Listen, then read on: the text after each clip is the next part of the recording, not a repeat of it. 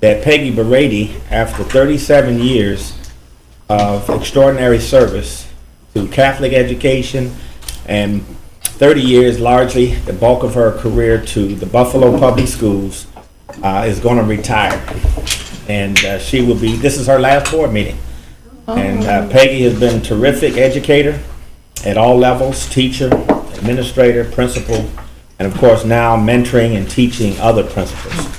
It's been a delight to work with. She's one of my reliables, my dependables, when I need someone to go out and take care of business at a school or in a tough situation. So, colleagues, if we could rise and applaud the inimitable Peggy Berady.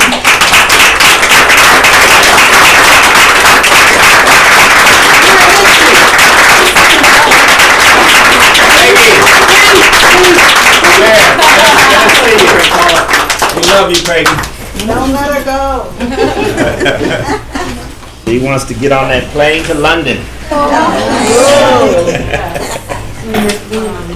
Thank you so much, Dr. Cash, and thank you to the board members. And it's hard to believe that it's been 30 years here in Buffalo Public Schools. I've been an educator for 38 years. And I'm really I am having a hard time believing that the formal part of my career is coming to an end. And I've been thinking about how I remember going into Southside Elementary before the school year started in 1988, the end of August in 1988, room 314, as a grade 6 teacher working under Ray Cooley. And I really have been blessed to, as a teacher, work with a great principal in Ray Cooley. I was a program coordinator under Marilyn Brock and assistant principal under Marilyn Brock and Delcine West, the inimitable Annette West, the science magnet, and then principal at both Triangle Academy and Hillary Park. I had the wonderful fortune of having amazing teachers, terrific staff, wonderful students and parents. Those were the happiest years of my life to be a principal, those 10 years. And I love the work we've done down here as associate superintendent. And I'm so pleased with where we are now as a district. The last 3 years under Dr. Cash's leadership, we are in such a great place. Someone asked me, do you feel good about where we are as a district? I said, we are in an amazing place, and we are poised to do even better work. So I look forward to continuing to hear about all the great things that are happening in the Buffalo schools, and I feel I have been privileged to have had this opportunity to work with Buffalo students, the best students anywhere. I used to tell my kids, and when I was principal, and we would honor our recognized students every Friday, today you're the best of the best. And I really feel that I worked with the best of the best, and I just want to say thank you to everyone for this wonderful opportunity, and thank you to Dr. Cash. Thank you. Say your mantle, please. Say your mantle, please, with the board. I know you'll want that. Could you take that picture, please? Board members, if you could, with Peggy. Hold it back. That's my baby.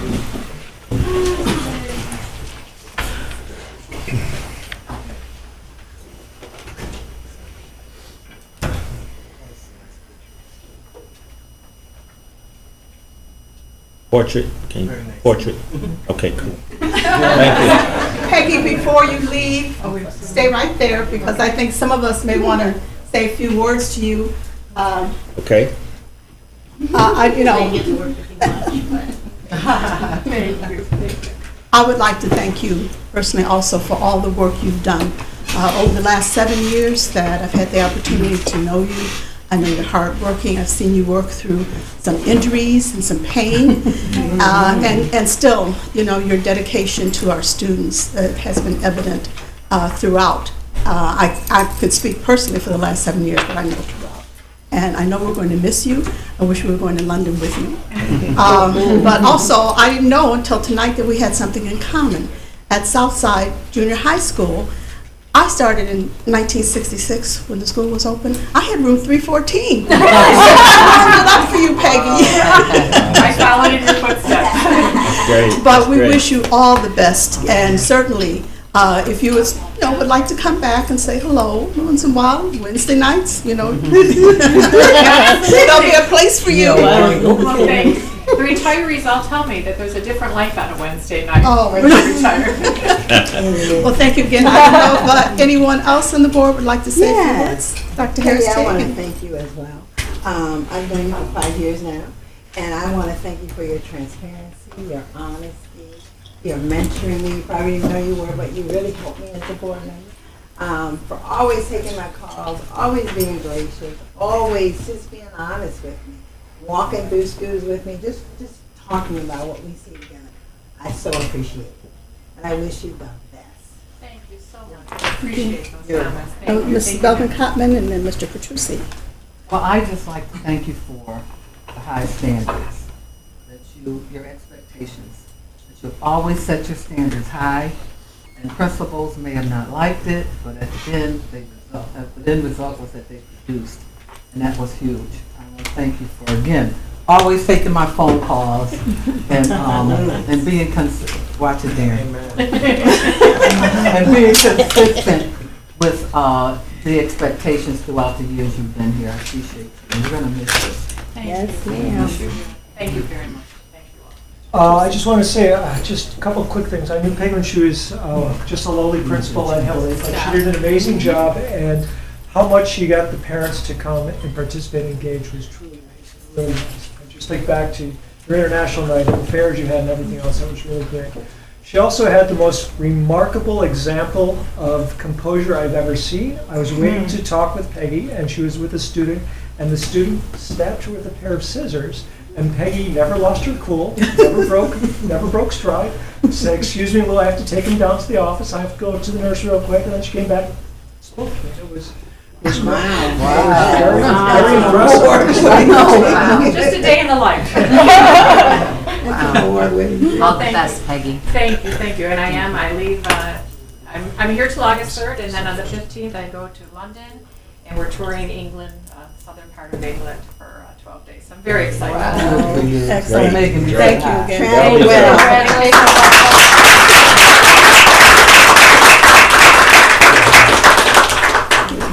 Dr. Cash, Superintendent's update. Colleagues, good evening. We have 2 items on the superintendent's update this evening.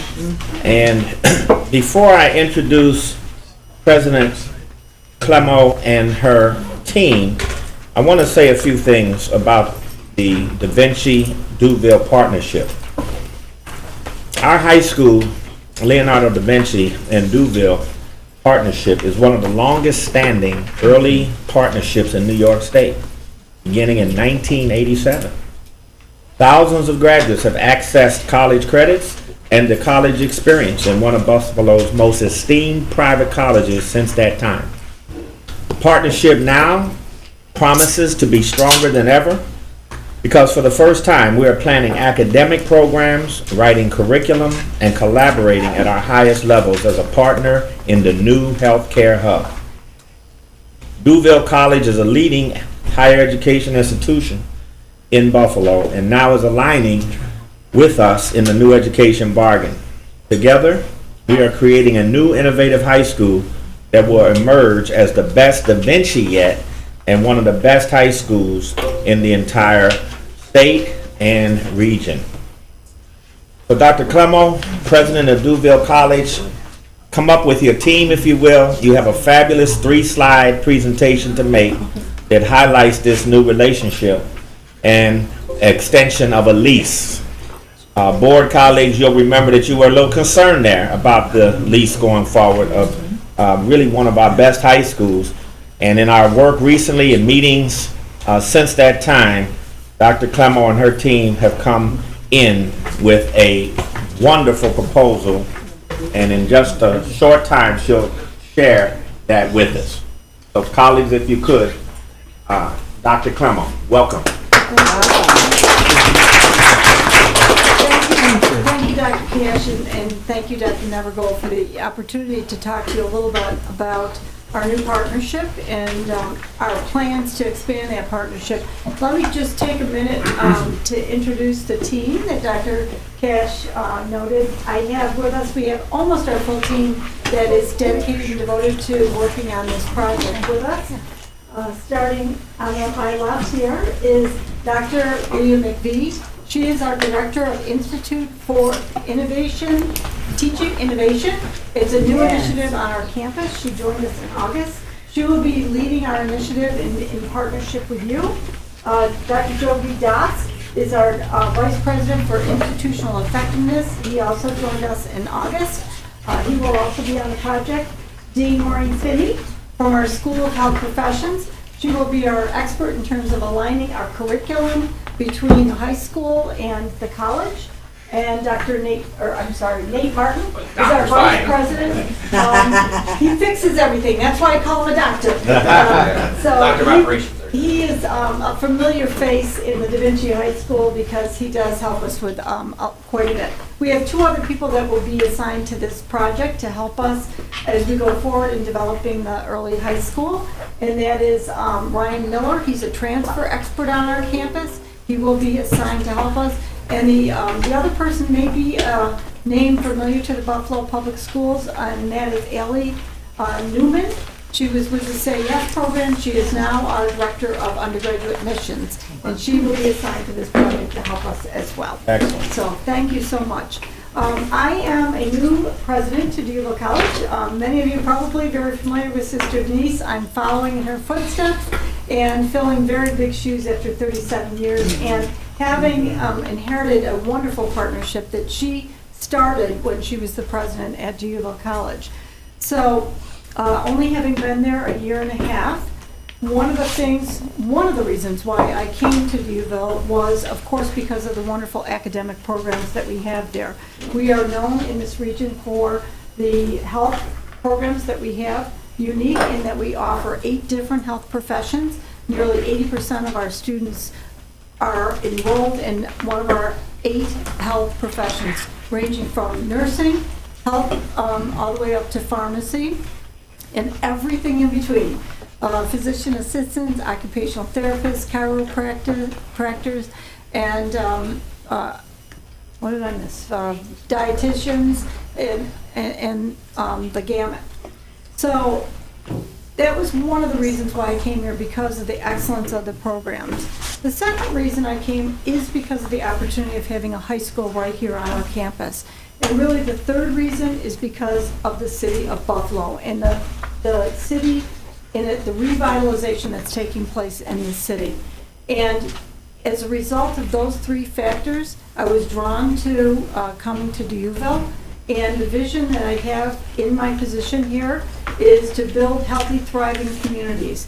And the first meeting that I met with Dr. Cash, I asked him to explain to me what the vision he had for the Buffalo Public Schools, because having a high school right here on our campus, I was very interested to see how my vision and his vision aligned. And I would describe it as a united culture of completion.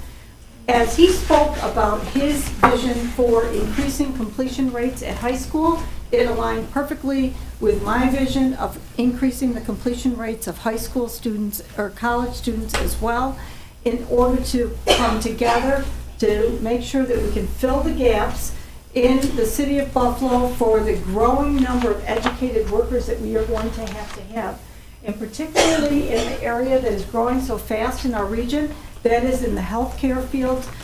We are going to need more than 10,000 workers in the healthcare field. So we felt that our partnership was essential to be able to fill the gaps going forward. But there was something missing in that our curriculums weren't aligned to be able to make sure that there was a clear pipeline of students coming from Da Vinci High School, moving into the health professions, and through to the work fields that were available. When I asked Dr. Cash to describe to me the students at Da Vinci, here is how he described them to me. They're diverse, they're smart, they're hardworking, and they're determined.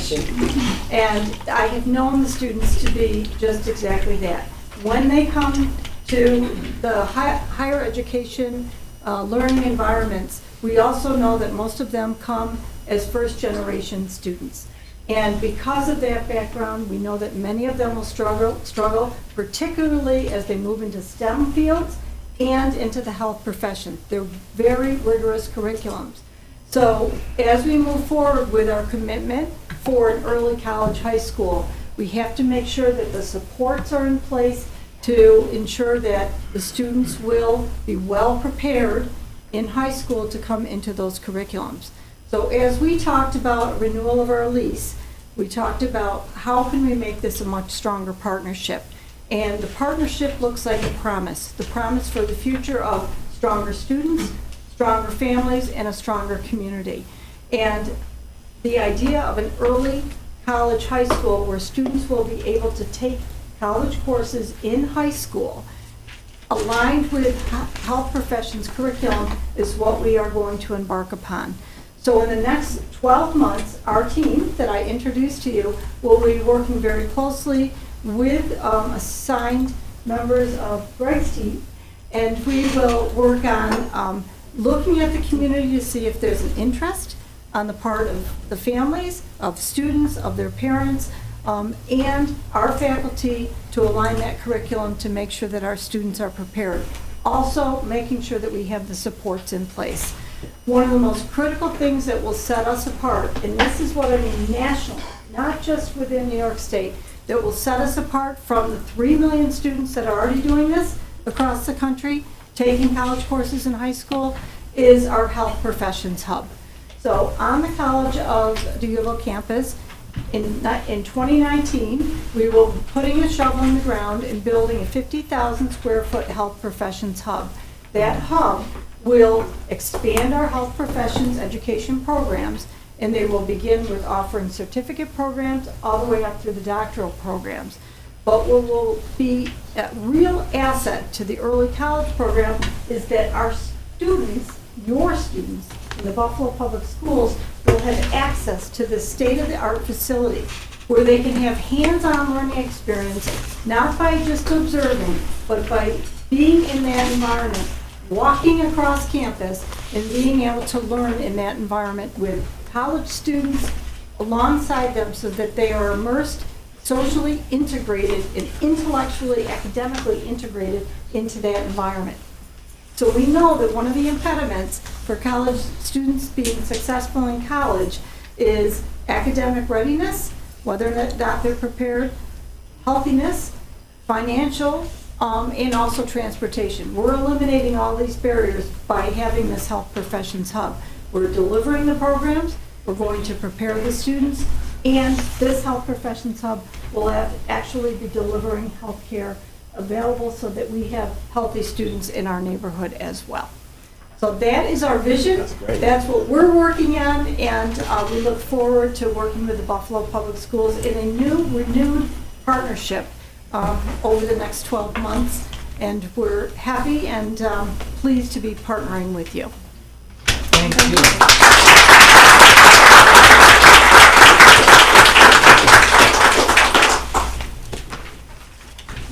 Can I ask questions? Comment? Yes. One comment? Questions? Yeah, Should I sure. stay up there? We have a few questions. Oh, probably. okay. What's new about the presentation you gave now from our past relationship?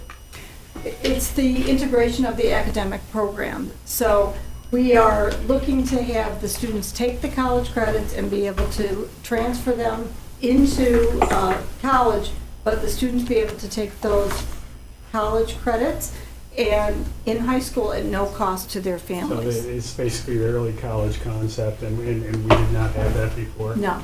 So what were you doing, just leasing space from you? It was a lease. The students could take college courses from us, but it wasn't aligned to the actual health science curriculum. So we're preparing the students so that they're not just sort of randomly taking courses that can transfer, maybe not transfer, but it will be transferred directly into the health professions curriculum. So they'll make sure that as they take those courses in high school, we're hoping they can take almost up to 60 credit hours. They could earn an associate degree while they're still in high school. They could take a certificate and be employable upon graduation from high school, and get that much further along in their education without having to take out loans, without having to have additional college costs. Well, I'm not done. So before, I mean, this early college program is a national program. We have the middle early college at Bennett. Is this one of those same national certification that your answers me?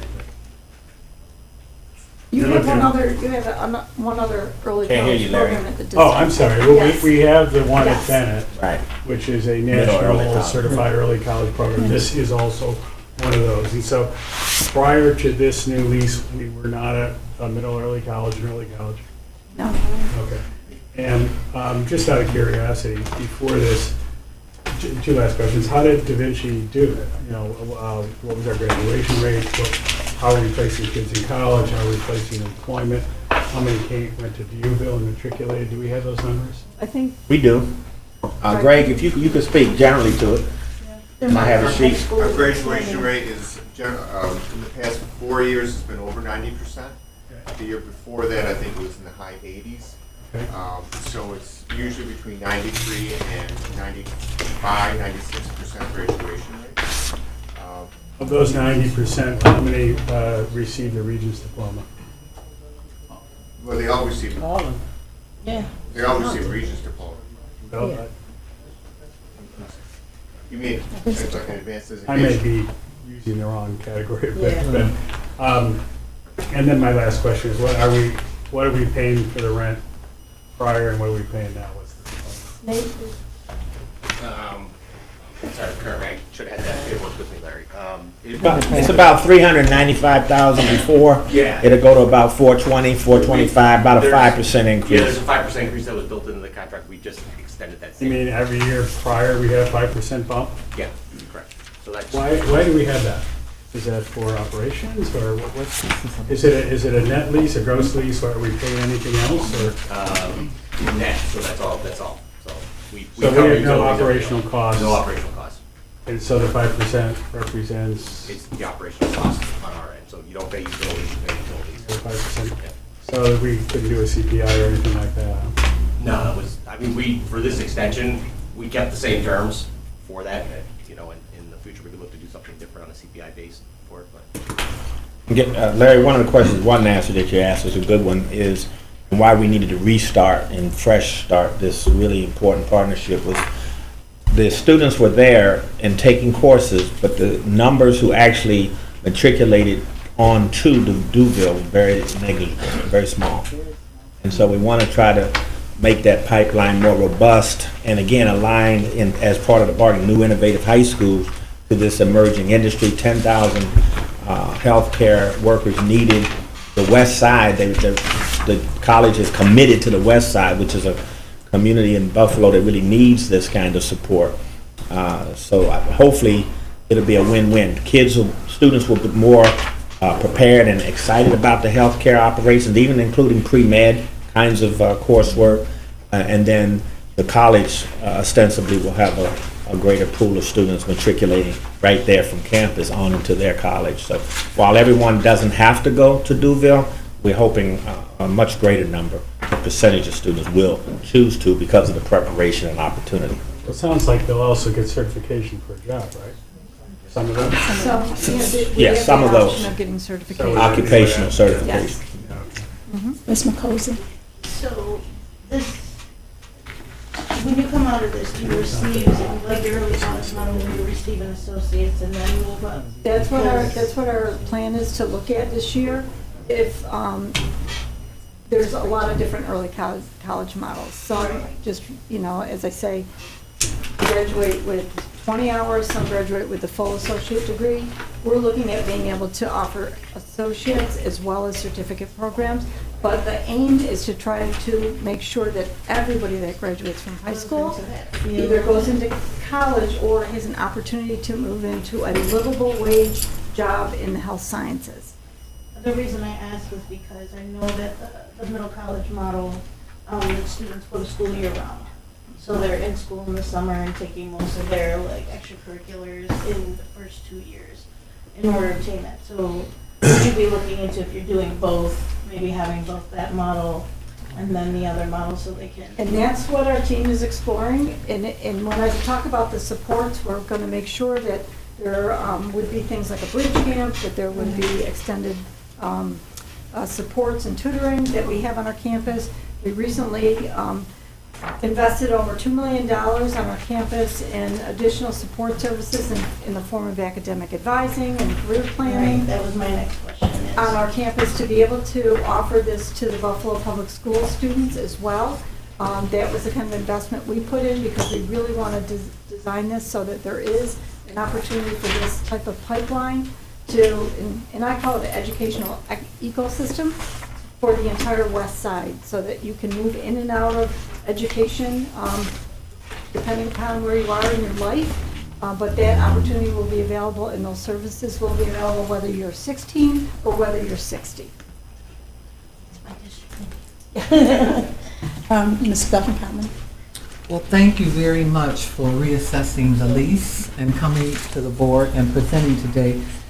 I would like to encourage you to, as you plan over the next 12 months, to consider a component, because I've seen it on TV where you're talking about having a clinic there, et cetera, but I'd also like to see if you could look into maybe some a middle early college models that include the community.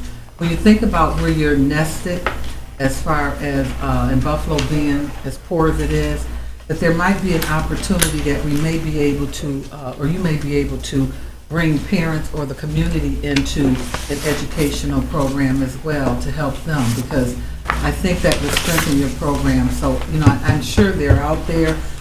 We have a similar piece in one of our programs at Burgard as far as reaching out to the parents in the schools or the community.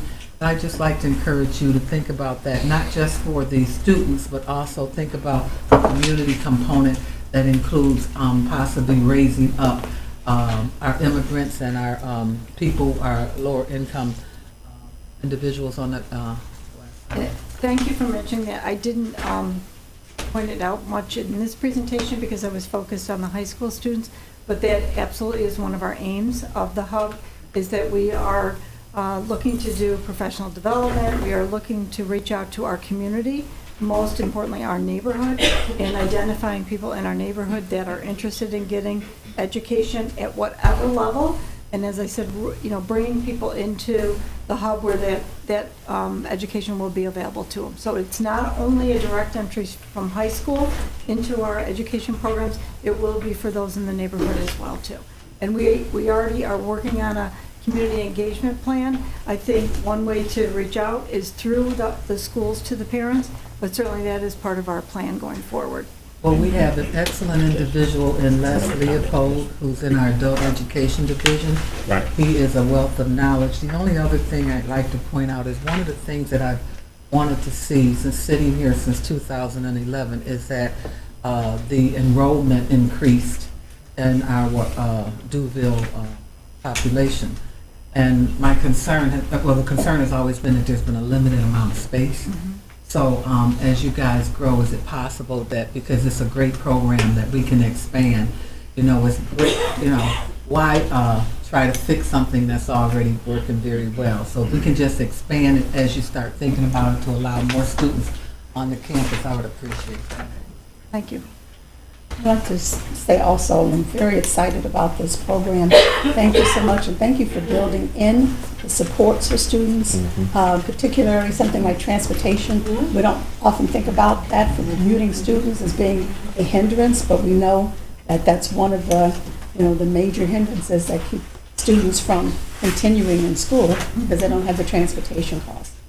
Secondly, I'm pleased to see that you've hired Ms. Newman, because I think that she brings the knowledge of all of those issues with her. And of course, she's worked with our guidance counselors, she's worked with our principals, certainly with our students. And so she brings that wealth of knowledge already about our schools and you know, what our students need. And that's So I think that's a great hire. So we're very pleased to have her. Yes. Thank you again. Thank you. Thank you, President Clemo. Appreciate it. Very excited. Oh, excuse me, Dr. Cass, this is a great tool here. Yeah. I really like how this is done. Yeah, I saw that. Yeah, we Different can learn languages from that. as well. We can copy that. Yeah, we can learn from this. Right. See, staff, we can do something like this. Yeah, I think so. All right. And colleagues, that's item 20D is the item associated with that presentation this evening. So thank you, colleagues. Next item, colleagues, is an update, brief but really exciting and important, on our athletics program and our 4 goals that we've been working on for some time now. Aubrey Lloyd and Paul McDonald will share just a few talking points relative to each of the 4 major goals. Mr. Lloyd. Well, good evening, Board of Education, Dr. Cash, colleagues, and guests. Before I get to this brief presentation, I would like to say thank you to the Board of Education, Dr. Cash, for your unwavering support for our fantastic female student athletes and male student athletes in the BPS athletics program. And although Dr. Mauricio is not here, I'd like to say a special thank you to him for his guidance and support as we created our 4 goals. I wish him and his family nothing but success in his position. The 2017-18 school year was a very busy and successful year for the BPS athletics programs. This upcoming year looks even better. I'm here today to update you on our 4 goals and bring you some great news. Goal number 1. Go ahead. Goal number 1, high student athlete achievement and college readiness. This past year, we piloted the new student eligibility process in several schools, with the understanding that in 2018-19 we'll have a soft launch. Dr. Mauricio and I received some great feedback. We expect our student athletes to have an ADA of 90% or better, a minimum GPA of 73%, and exhibit outstanding behavior and citizenship. The common feedback we received was what type of supports we will have in place to ensure we meet the standards.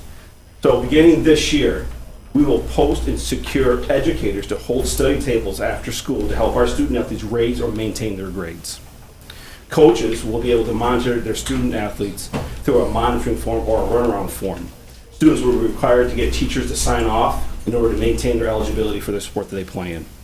Last, we will get options such as a staff liaison or an advisor for athletics or extracurriculars, so students have a point person to go to so they can stay on track for that year. This summer, we will continue to look at best practices on how to support our student athletes so they are not only successful on the field, but in the classroom. Goal number 2, state-of-the-art athletic and wellness facilities. We have some great news. I'm happy to report that as of Friday, July 13, 2018, it was announced that the Ralph C. Wilson Jr. Foundation has provided $1 million to the Community Foundation for Greater Buffalo to support Phase 1, which is the assessment of the parks in the city, including several Buffalo Public School sites, such as Gravieres Field, Seneca Field, Kensington Field, all high stadiums, and Charles Dean Boom Field, and as well as other opportunities to develop an indoor field house in the city of Buffalo.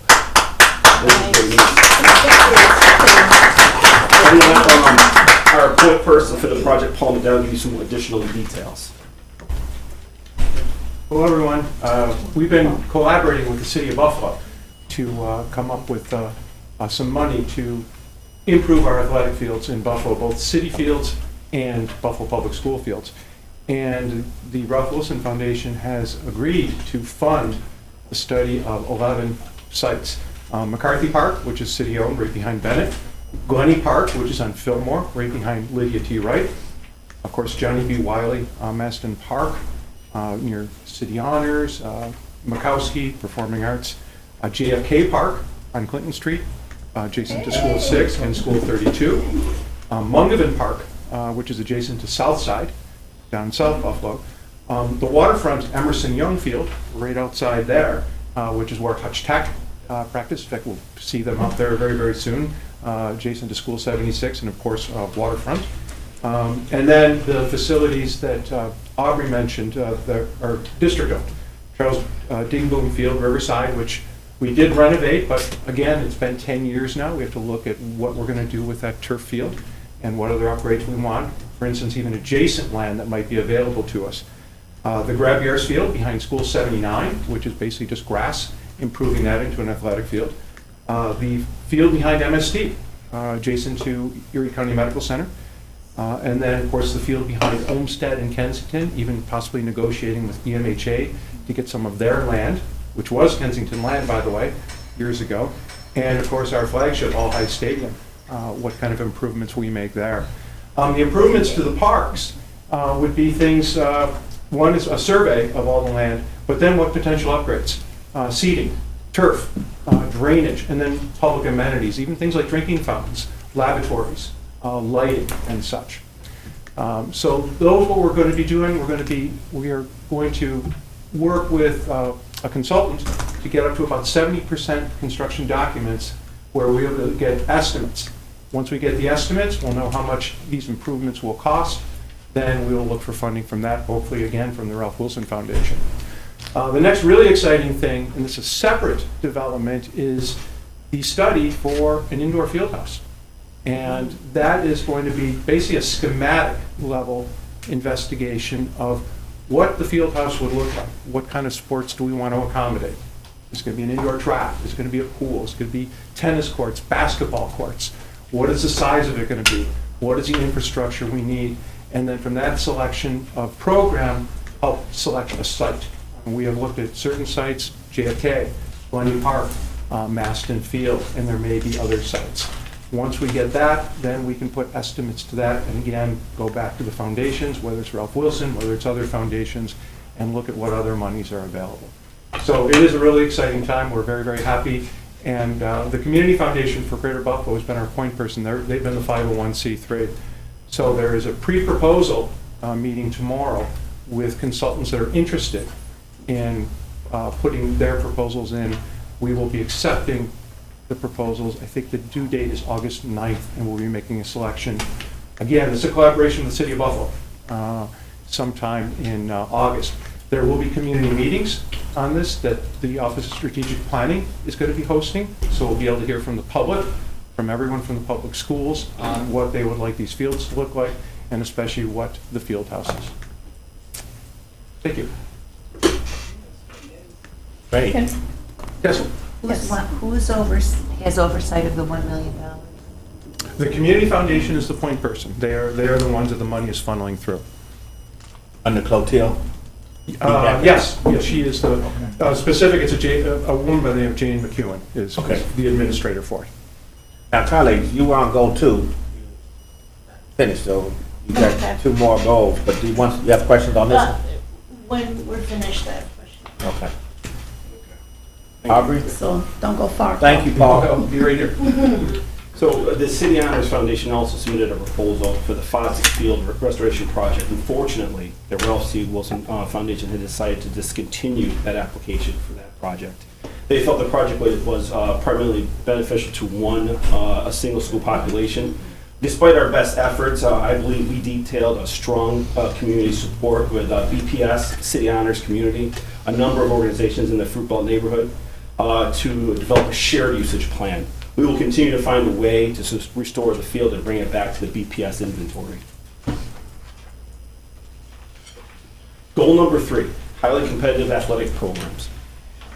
This is very excited about this new potential partnership with AdPro Sports. Tonight, the Board of Education will hopefully approve a 5-year agreement to continue to provide high-quality Nike athletic apparel to our female and male student athletes at all schools for all sports. All schools, all sports throughout our school district. In addition, AdPro and Nike are offering $250,000 in free goods over 5 years and $250,000 in value-added incentives over 5 years to support our 4 goals for the athletic improvement plan, making them the best overall package that best fit the Buffalo Public Schools. I'd like to highlight some key possibilities with this partnership.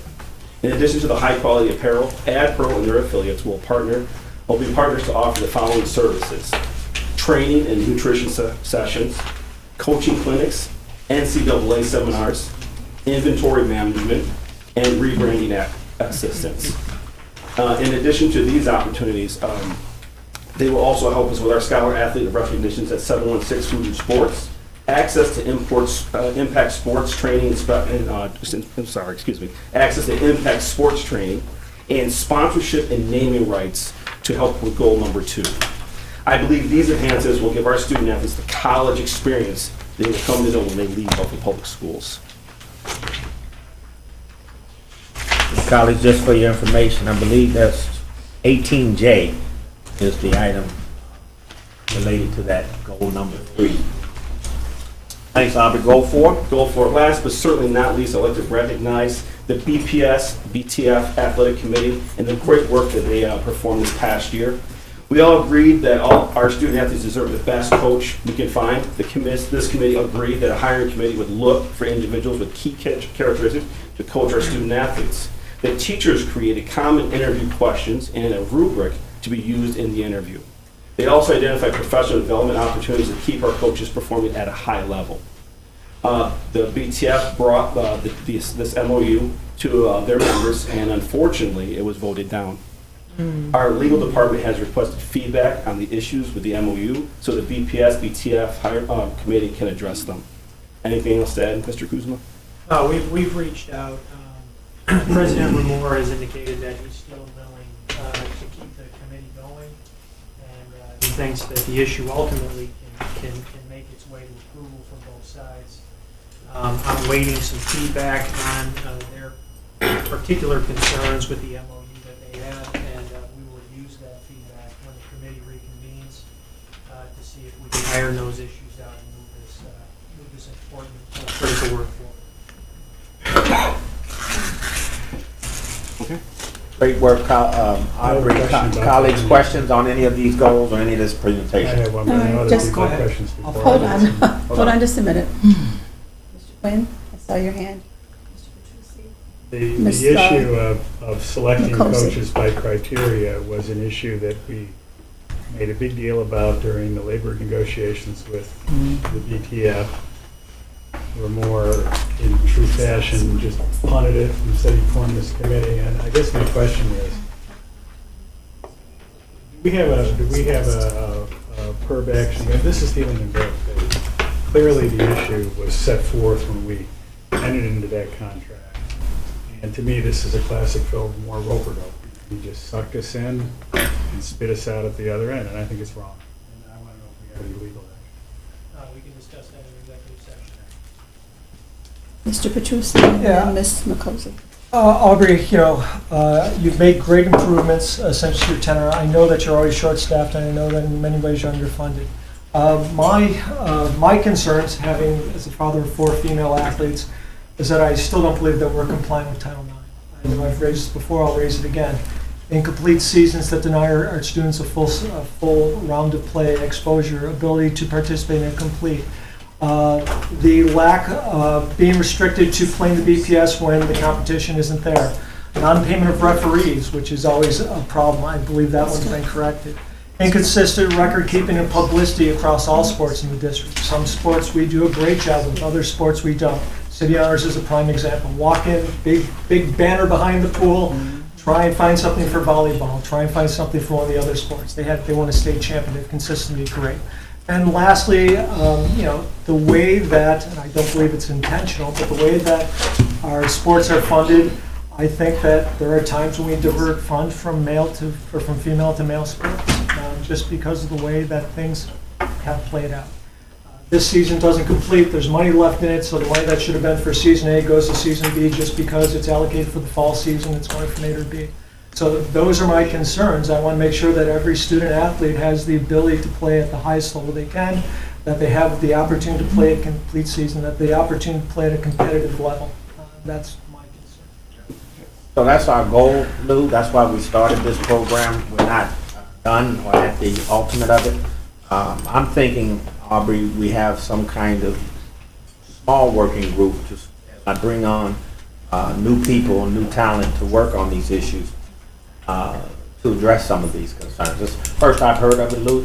So I think if we could either capture them, if you could send us an email maybe, Absolutely. and then I'll get a group Do together. you mind if I address a couple of them? 'Cause Yeah, we can do that, but just in the interest of constructive, continuing to improve and work and so forth. There's some progress. It's ongoing, so. Working with the CFO here. Beginning this fall, we're working with the Section 6 about the official payments. We're going to something called ref pay. Ref pay is going to be a great benefit to the school district. I don't know the average it costs to pay an official, but we hundreds of checks out to the officials, and as you know, they're often late. The process that we have for BPS, is very meticulous, and a lot of oversight and auditing goes into it. this new process that Section 6 in Western New York are going to take on, whereas, we will have the opportunity to work with the arbiter, and they will pay the employees. So we will be able to fund an account, and I review the official assignments, and at the end of the assignments, pay the officials in a timely manner. So that's a much better process. And they'll get a paycheck within 3 to 7 days instead of 5 to 7 months. Banners was also brought to my attention from the CFO's office that there's some funds available that we've been holding on to since the Harvard Cup days. We have a plan in the works right now to not only take care of certain schools that have asked for banners, but all schools that have league championships, section championships, or national or state championships to recognize those student athletes. But how his high school gyms have banners on them. We plan to do that so they're all recognized, not just in swimming or other sports. And one of the biggest things that we've accomplished that's not up there that I've talked about throughout the years is balancing out the sports for girls and boys. Girls cheerleading is now a sport, so that's 1+. We started girls golf in the school district, not boys golf, so that brought it to 2+ sports. This 3 years ago, we started girls swimming. As a district-wide sport. So we kept on adding girls' sports to the district to recognize our student athletes. They weren't given the same opportunities. We recognized those, we fixed those. Going forward, we're looking at bringing girls' tennis and putting that in the correct season. Where we might see funds diverted from male to female, the board's been very gracious enough to give funds to balance it back out with adding those particular sports to our BPS offerings. And we can talk about the things. Worked on really fast. Thanks for the questions. Thanks for that. We'll keep working on it. So, Paul, the parks, the general city parks. Yes. How was that chosen?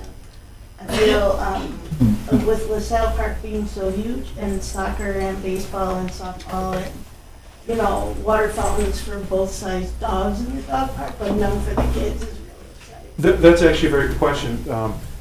Part of the Ralph Wilson grant, but we weren't part of it, is LaSalle Park.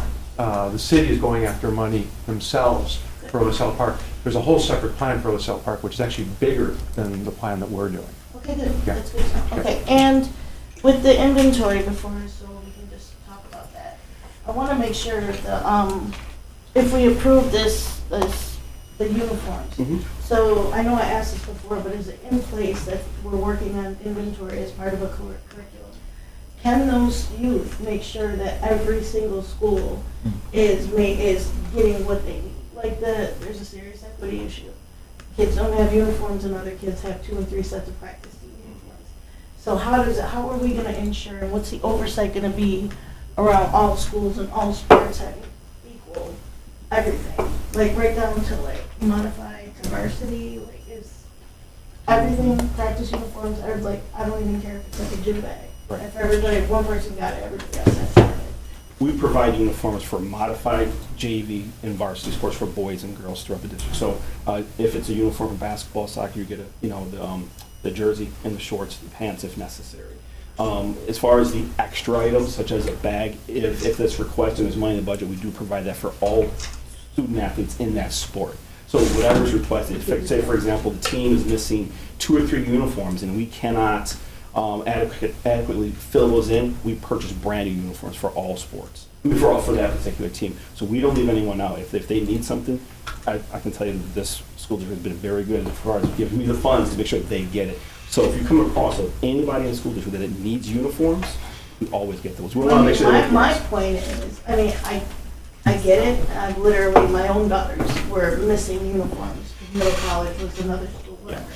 That's different, but to go and see games where there's mismatched uniforms and whatever, I want to, like, from 2018 on, everybody's got new stuff, and it doesn't matter what it is, if the modified team at whatever school and there's another modified team, they have practice uniforms, they have practice uniforms. And I know it seems like trivial, but it's so important to these kids. Absolutely. Because the morale is like ridiculous if the kid gets, Oh, yeah. I mean, it's ridiculous, and it's just extra added crap. So Jennifer, that's a great question, and I've heard this, and I've been really pointed with Aubrey about the truth about it all. So let's talk about this, because I don't like when we have all these different versions of it, and we're in a public meeting. Let's get clear on what the issue is and what the effort is, and no one is inequitable in terms of an effort, but if it comes I'm about. saying moving forward, I know, because we might no, be even bringing now, up- but even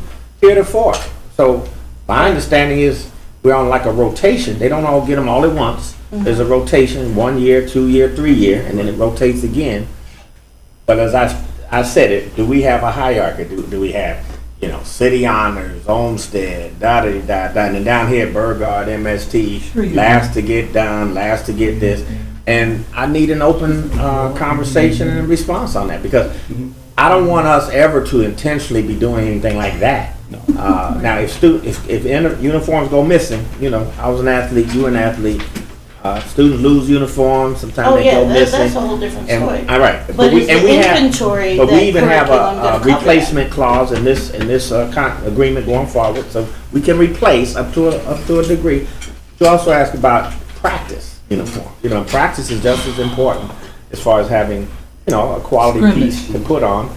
So can you just respond to this issue of perceived inequity or observed inequity? Right. Before you answer, I do want to state that I'm on the athletics committee, and I put this to you on the committee too, so this is my way of making it public. I don't want you to feel like you already answered. No, that's fine. But this is, whatever we talk about here, I'm gonna, because it's public, push on the committee. Yeah, I realize there's a lot of, negative perception about the uniforms and how student athletes get their uniforms. For me, it's more of a science. I can produce the documentation, the purchase orders, whatever is needed to this board and to whoever wants it about how we do this. Since 2006, when we had an agreement with AdPro Nike, we've been on a three-year rotation for all of our uniforms. So it's fall, winter, spring. And within each one of those seasons, we have certain sports. Our budget for athletic apparel and equipment is $500,000 every single year. In 2006, the budget was $700,000. Since then, it has dropped by $200,000. So some of the things you don't see are like the practice uniforms is because there's a missing funds there that we just haven't gotten back yet. So with that $500,000, we have a 3-year recycle program. Big ticket sports, football goes in one season. Girls basketball goes in another season. Boys basketball goes in another season. You can't put all 3 of those sports in the same season. The other sport that's becoming a very big ticket item is soccer. Although it's just a ball and uniforms, we have added several layers of JV programs at the soccer program.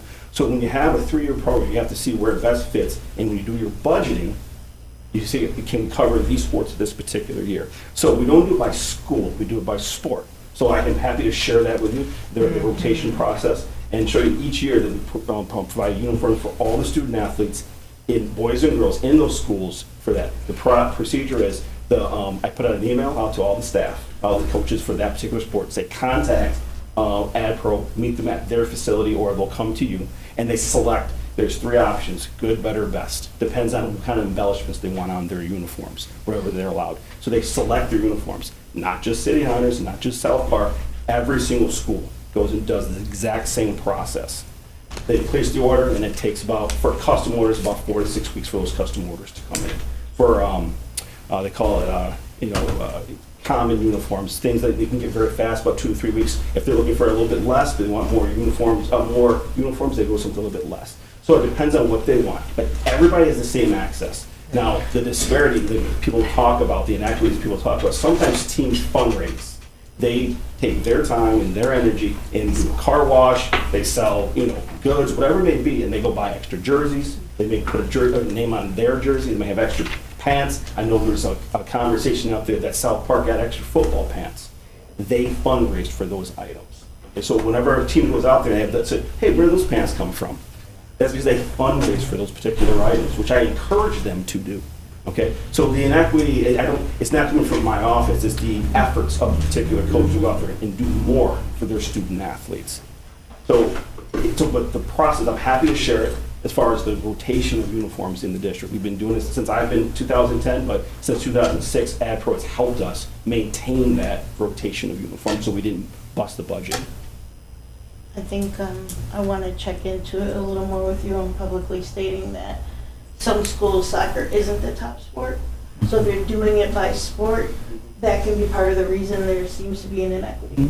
Also, if some schools feel that they have like 100 kids that are going out for a sport and they're a huge school, they're always going to have something that they can't custom because they need more. So you're never gonna have that, There's never been a like, cap top on how notch. many uniforms they can order. Right, no, I'm just saying like that, I can see it, so I'm just gonna, maybe we should work I through. just want to make it clear, I don't allow certain schools to order and say, you cannot order over here. No, I'm not And saying just that, wanna I'm make sure saying that's clear. some schools will have more funding because there isn't that many kids Right. on that team to be able to customize their stuff jack it up to the. You can ask my coaches, I rarely say no, I'm not sure you want to hear that, I rarely say no if they need something for the student athletes. If the budget's not there, I've asked, you can ask the finance department, I've asked for additional funds. Cool, thank you. Ms. Pierce?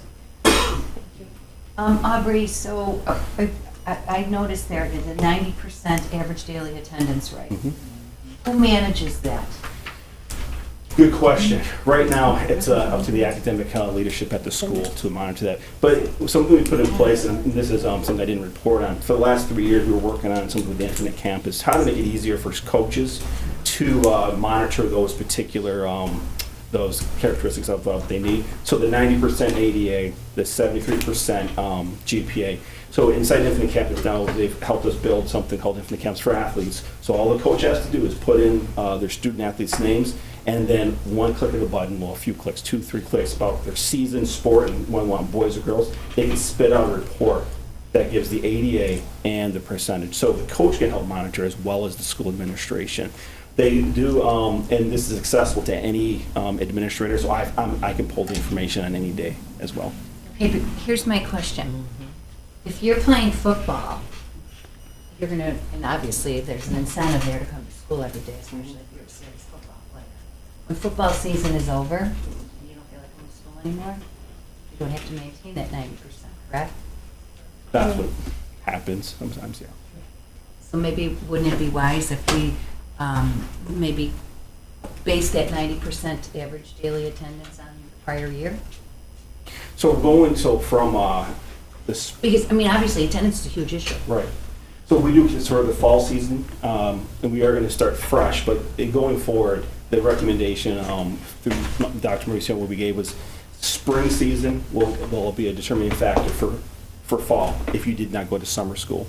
If you did go to summer school, we will take into consideration your performance during summer school to determine your eligibility for the fall. But going into a new process, we didn't want to penalize all the student athletes, so that's why we're doing a soft launch going into the new year. I think this all ties back into goal number 4 with the hiring process is the characteristics of a coach. A coach is not just with their student athletes just for one season. They monitor their student athletes all year long. We have some great coaches in the system right now that are working with their kids over the summer, for football, over the summer, into the fall, into the winter. They have a workout session and monitoring those grades at the same time. That's currently happening right now. So I think the characteristics of a coach is that you need to make sure your coach is in place that cares about the student athletes' grades year round, making sure they're in school. When I was in school, and I know for the people that I know, we were 2-3 sport athletes. When you encourage your student athletes to be 2-3 sport athletes, you can better monitor the grade. So you need to keep it engaged. Especially because it's detrimental to their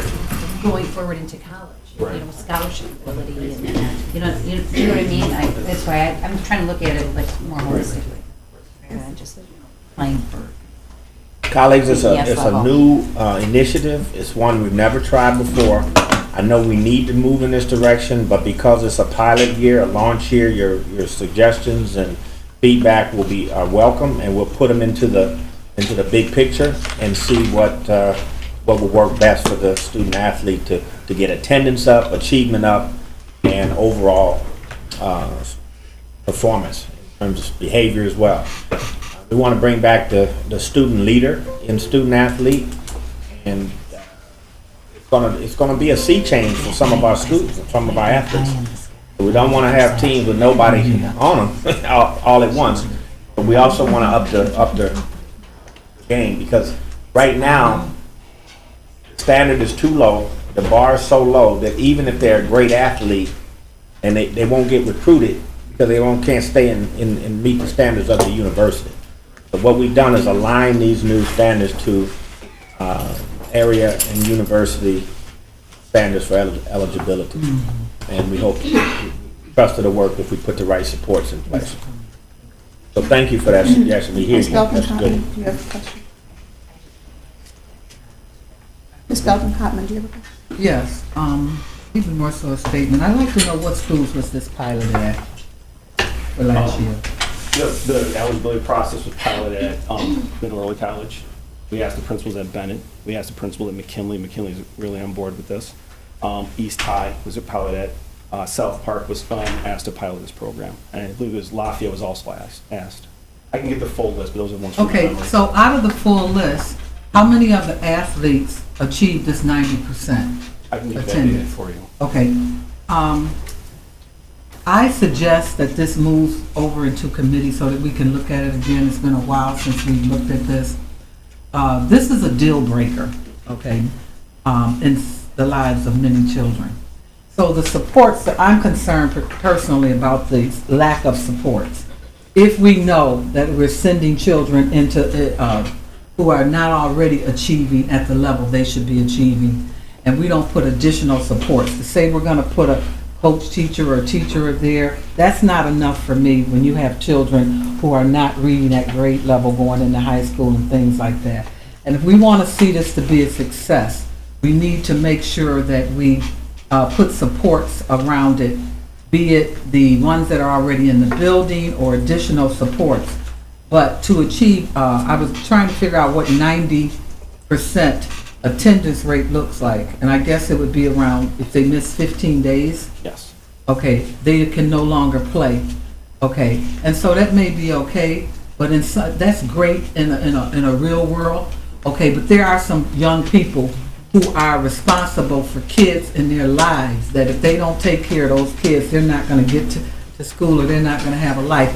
And I think we need to look at this and build into certain exceptions to this program or whatever, because the last thing I want is a child to be penalized for doing what they're supposed to do to help their other brothers and sisters. And we know that this exists. I know many of us know that. So I'm concerned about making sure that we have the supports.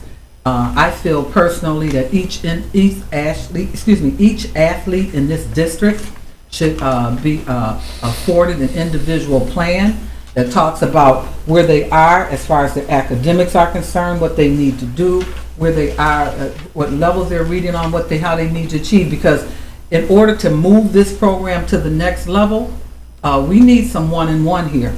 And most of these programs, that the solution for the most part has been we'll do professional development and that'll help lift all the children up and everything will be good, and it's not working.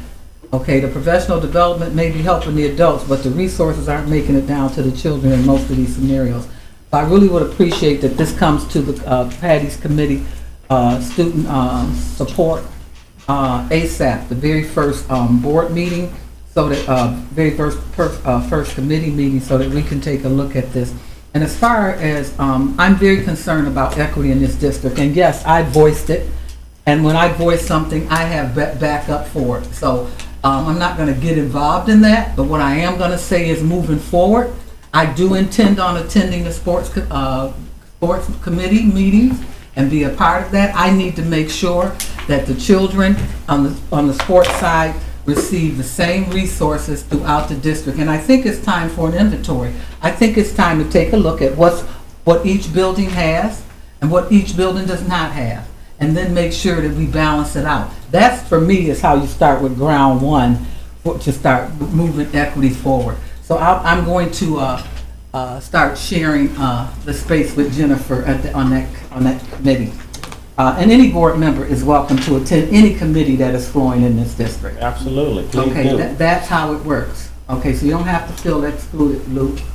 Okay, Ms. McCosey and I just want to point out a couple of things and make sure that we have this available before you even answer. So I wanted to know from you, the support systems, I don't know if the study table, it's not just a study table, and there is kind of a one-to-one deal. Remember, I'm on this committee, so everything you brought up, I'm brought up. We spent a lot of time on this. But at the same time, I'd like to pick your brain about that, but also if we can present to Patty's committee how it's the monitoring, the coaches monitoring of the folks that are in the study tables is a one-to-one thing. That one student is followed, they have to sign off on you know, in every class to make sure that they're doing what they're supposed to do, plus what he was talking about being intricate in the database. But I'll talk to you a little more about, you know, whether that's enough or what else you think that's necessary. I just wanted to state publicly that was a major concern, both with, there's 5 teacher coaches, and then there was, you know, myself, a principal, a student athlete, Aubrey and Dr. Mauricio, so that was a huge concern, is the one-to-one, you know, and then also the big one is the attendance. We all know that that's not possible, especially I brought up my district. A lot of kids are putting their brothers and sisters on the bus, taking care of their, you know, nieces and nephews, so there's special circumstances and, you know, different pieces of the pie where, you know, if there's special circumstances, those will be considered. So I just wanted to put that out there before you would have to do that, that was huge, a huge conversation. And then I think ultimately, Jennifer and Mr. Lloyd, and moving forward, and Dr. Cash, and moving forward, there need to be some goals established. You know, we're haphazardly just doing things without setting forward goals. There should, you know, anytime we start an effort, we should make sure that there's a percentage that we're going to achieve. And then the next year we achieve an additional percentage, and we start moving things in that direction. Because just to do things without having goals, you know, it just amazes me how it's done in the non-corporate environments. It just amazes me how we take what we get instead of striving to reach a certain plateau. And if we fall short, at least we can say, well, we came to 75% of our goal, but at least we had a goal. And other than just accepting, you know, what's out there. So those are big things for me. And I'm going to be watching this, because this issue with the coaches has been a sore thumb for me since my children were in Buffalo Public Schools. And with the current climate that exists nationally, as far as equity lawsuits are concerned, I would say that this is a very good one. This is grounds for a very good lawsuit and they're not going after money. They're going after opportunity and assets. They're just trying to get children to have the same things that other children are having. So, you know, that's a conversation that I'm willing to have on a regular basis with anyone who wants to talk about it, because the only way we're going to get things done, from my perspective, is if we start looking at things from a legal perspective. And that's across the board. That's with the state. That's with everyone that's involved.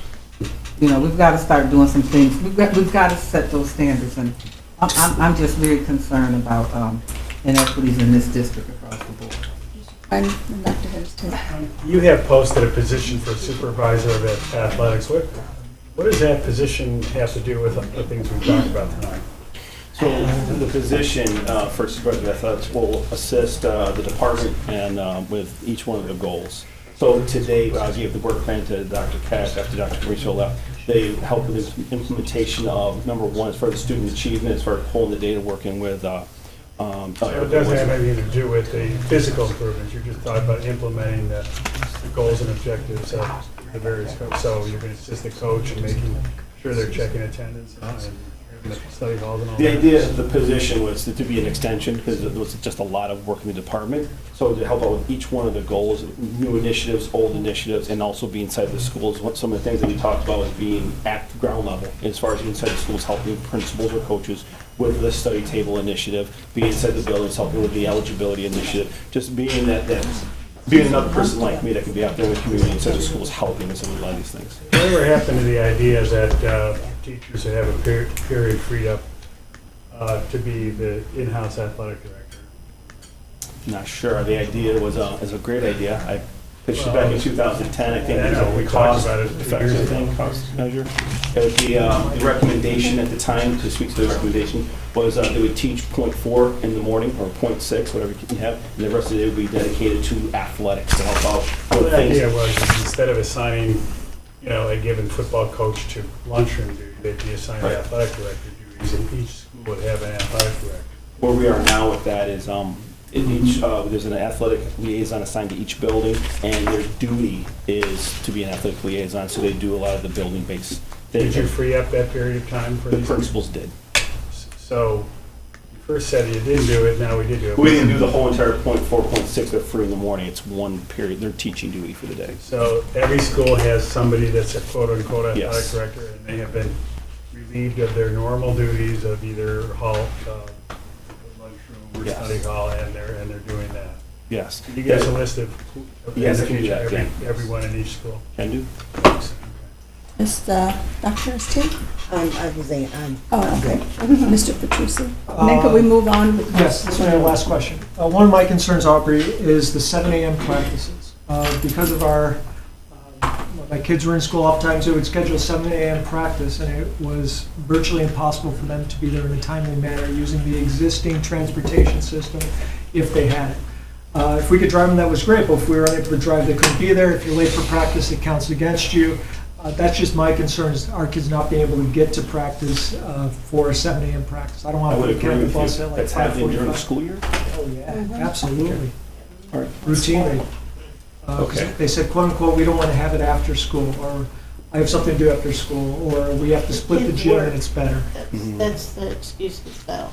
A lot of kids have jobs and can't do it after school, so it's their way of making up for that. But the ones that I've seen, it was agreed upon by the kids. It was like an agreement. Ones But I've seen, it's been still- imposed, and it was just, it was near impossible. Put a lot of kids at a serious disadvantage. They had to catch a 5:45 bus. Yeah, that makes Catching no a 6 sense. o'clock bus. That will be addressed. We do have practice regulation, guidelines out of the department. You can, practices have to be a minimum of 45 minutes to an hour, that's per New York State. But in the district, we have a 2.5 hour maximum. I will add this, that you can't have 7 a.m. practices, and why that doesn't make any sense. sorry. Okay. After, last question, then we need to move on. Dr. Estate. Mr. Boyd, so tell me how many in your staff? What's your little department? Currently, we have myself, clerk, and a vacancy for supervisor of athletics. This is a lot for one person. Yes, it is. That's why the This is I'm sitting supervisor- here, this is blown out of the water, and of course you have to use coaches to act in that. You can't be everywhere, you can't do everything. So that's what we need to look at. 2010, 2011, when I assumed the position, I did a presentation for the board. And it spanned from Syracuse, Rochester, and Williamsville. Syracuse has 7 athletic administrators. Rochester has 13 athletic administrators and a head person. And then in Williamsville, they have 4, for 3 schools. So we need to look at that. I love my work, but I appreciate this work. My other point in working in higher ed, I used to teach a lot of athletes.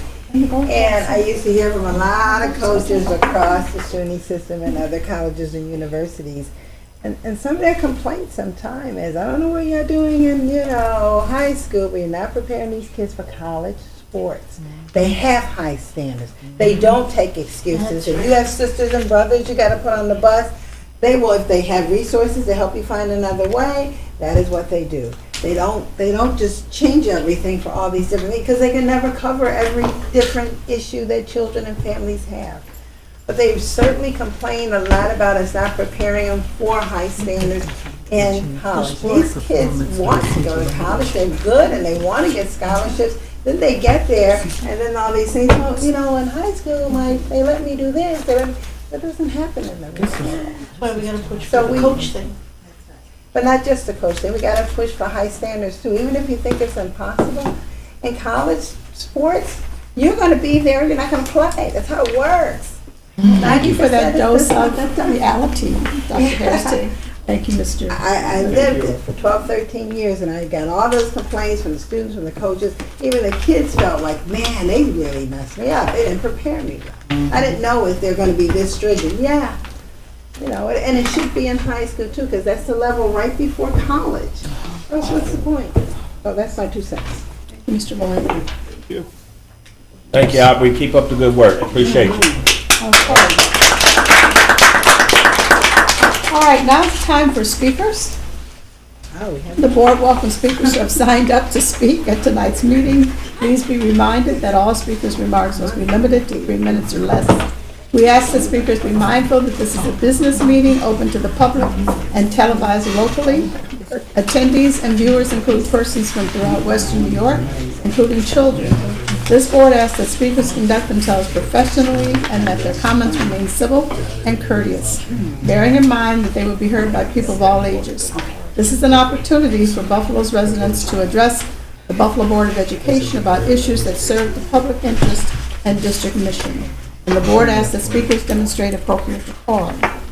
Our first speaker on the list is Mr. Sherman Wiley Washington.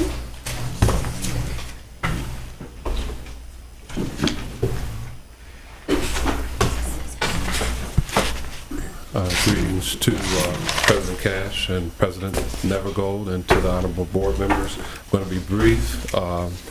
We did send ahead of time an email stating what I will be speaking about in the 3 minutes. And also we're passing around information that reflects what we sent out to you all. My name is Sherman Wiley Washington. I'm with One Accord Services Incorporated. We are a MBE company certified, but also we have a plethora of certifications in contamination, decontamination, cleaning.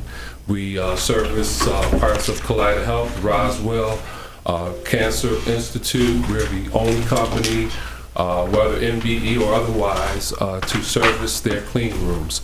We just want to address the honorable board and just reference to an article. I'm going to just read it briefly. This is from the New York Times, stating that it is now on track to equal. I'll start up on the above. It says, nationally, the number of people falling ill with flu is increasing. More worrying, the hospitalization rate and the rate of death has jumped. It is now on track to equal or surpass that of the previous year and this flu season.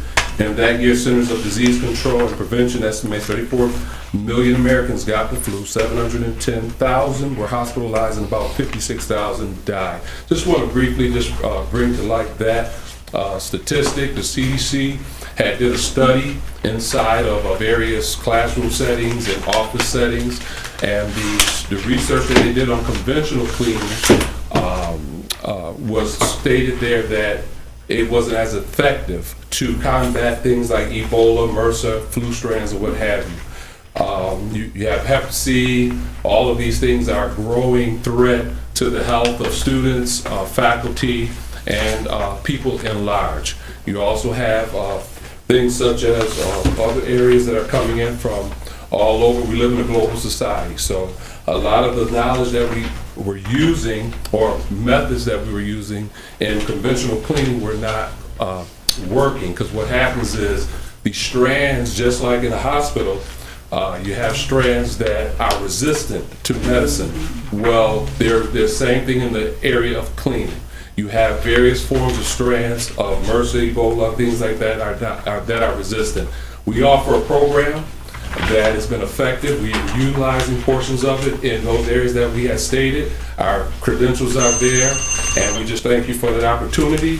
And you can reach out and talk with us, or any questions at later in the day. So we appreciate it. Mr. Washington. Ms. Sherry Burns.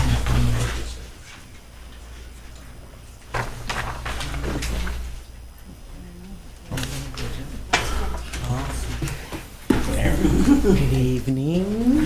Happy summer. Finally got a heat break.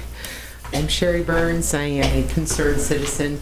I'm wearing my 20-year-old t-shirt tonight, which were only available in limited supply. Jen, can you?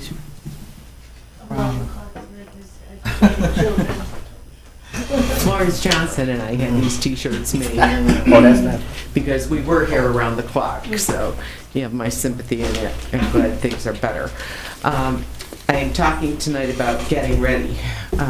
Summertime, it's a little bit quieter, and we need to be thinking forward in where we're going. And we heard a lot of really good things today that I think we can be proud of and excited about.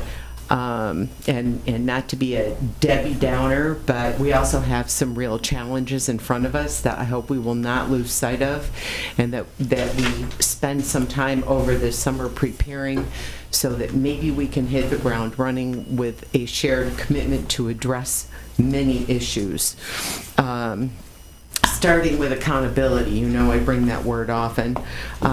Accountability for the new education bargain, the commitment to the superintendent's plan, but also to know that we need to hold each other accountable, and there is still a great deal to be done for the district to deliver on its part of the new education bargain. Last year was the year of the teacher. I'm looking forward to hearing about what this year will be, and I hope that it is parents and instruction. Yes. And I'm looking forward, and I'm trying to be optimistic because we really need to renew our commitment to ending the school-to-prison pipeline. We were at a meeting last night to address the issue of creating a more user-friendly version of the abbreviated code of conduct. It's overdue, and look forward to having that happen. Working together on whole child, whole health, but especially I would like to see that each of the members here and district administrators commit to looking at discipline and how we are training people to handle it. The root of the word discipline is learning. It needs to include inclusion of people who have frequently been disciplined out of participation. They have learned that their participation is not valued, specifically parents, and specifically students who are at higher risk. I am hearing very troubling things like, while we can celebrate a decrease in long-term suspension, 24% of pre-K to grade 4 children have had at least one short-term suspension. Folks, that is the school-to-prison pipeline. A plus 1,000 increase in short-term suspensions of students, a severe increase in chronic and severe attendance problems. We are driving children out of school. And I have one other point, may I? When we say inclusion, we need for you to look at the items that are in front of you that required a parent's signature and don't have them, like the SIP plan tonight. And we need to be including parents in the process of determining that we're going to move special education hearings out of buildings down to central registry, and at least have the conversation to get their input. It cannot just be the numbers. Thank you. Final speaker, Sheila Jones, AKA Mama Jones. All right. Thank you. Thank you, Dr. Hi, everyone. Hi, Mama Jones. Oh, that's so nice. Dr. Cash, board members, chief, everybody. I'm here on behalf of Principal Covington, the students, myself. We're so excited because you know I've been around here coming and going. And the summer arts program, Dr. Cash, that I talked about, and it made it, and they are having a ball. Miss Macozy, her son is involved in it, and we see her every day, dropping them off, picking them up. If you could see all the students, we have about 75 students, 3rd through 6th grade, and I'm going to invite you, if you can, please come next Friday, 10:30. We're going to do a performance, The Greatest Showman and Madagascar. How'd I do? Did I say that good? Yeah. Okay, so I want to say thank you again, Dr. Cash, board, Zamato over there, Chief of Staff. It's really great. It really makes a difference. It really lets the kids know that and nothing against Aubrey, that there's more, there's addition to sports, there's arts. Okay? And one of our class of 1992, Gus Scott Poitras, he was involved in the band's visit, 10 Tony Awards this past year. So we're cooking over there on Maston. So I'm going to keep coming and keep this up, and because we do appreciate you all. We really do. Okay, so I don't know if I left something off. No, I didn't. Thank you from the bottom of our hearts. And I'll be back. I like it up here. Okay? All right, thanks again. There's going to be some seats in there. There's seats available. Please come. It's for this 10:30. I'll talk to her tomorrow. I'll talk to her tomorrow. He got my seat because I was gonna, come over to park. But next Friday, 10:30 a.m. promptly we'll start. It's only about 45 minutes, but you can see in action that what I'm talking about is for real. Because I could be retiring with Peggy over there. No. But I'm just celebrating my birthday, no retiring. No. So thank you again. Thank you. Okay. All right, Dr. Cash, comments? Briefly, colleagues, I don't think either one of the speakers need a lot of comments tonight. I think, Mr. Washington, I am interested in your company, so we will at least be talking to you a little further about what you do.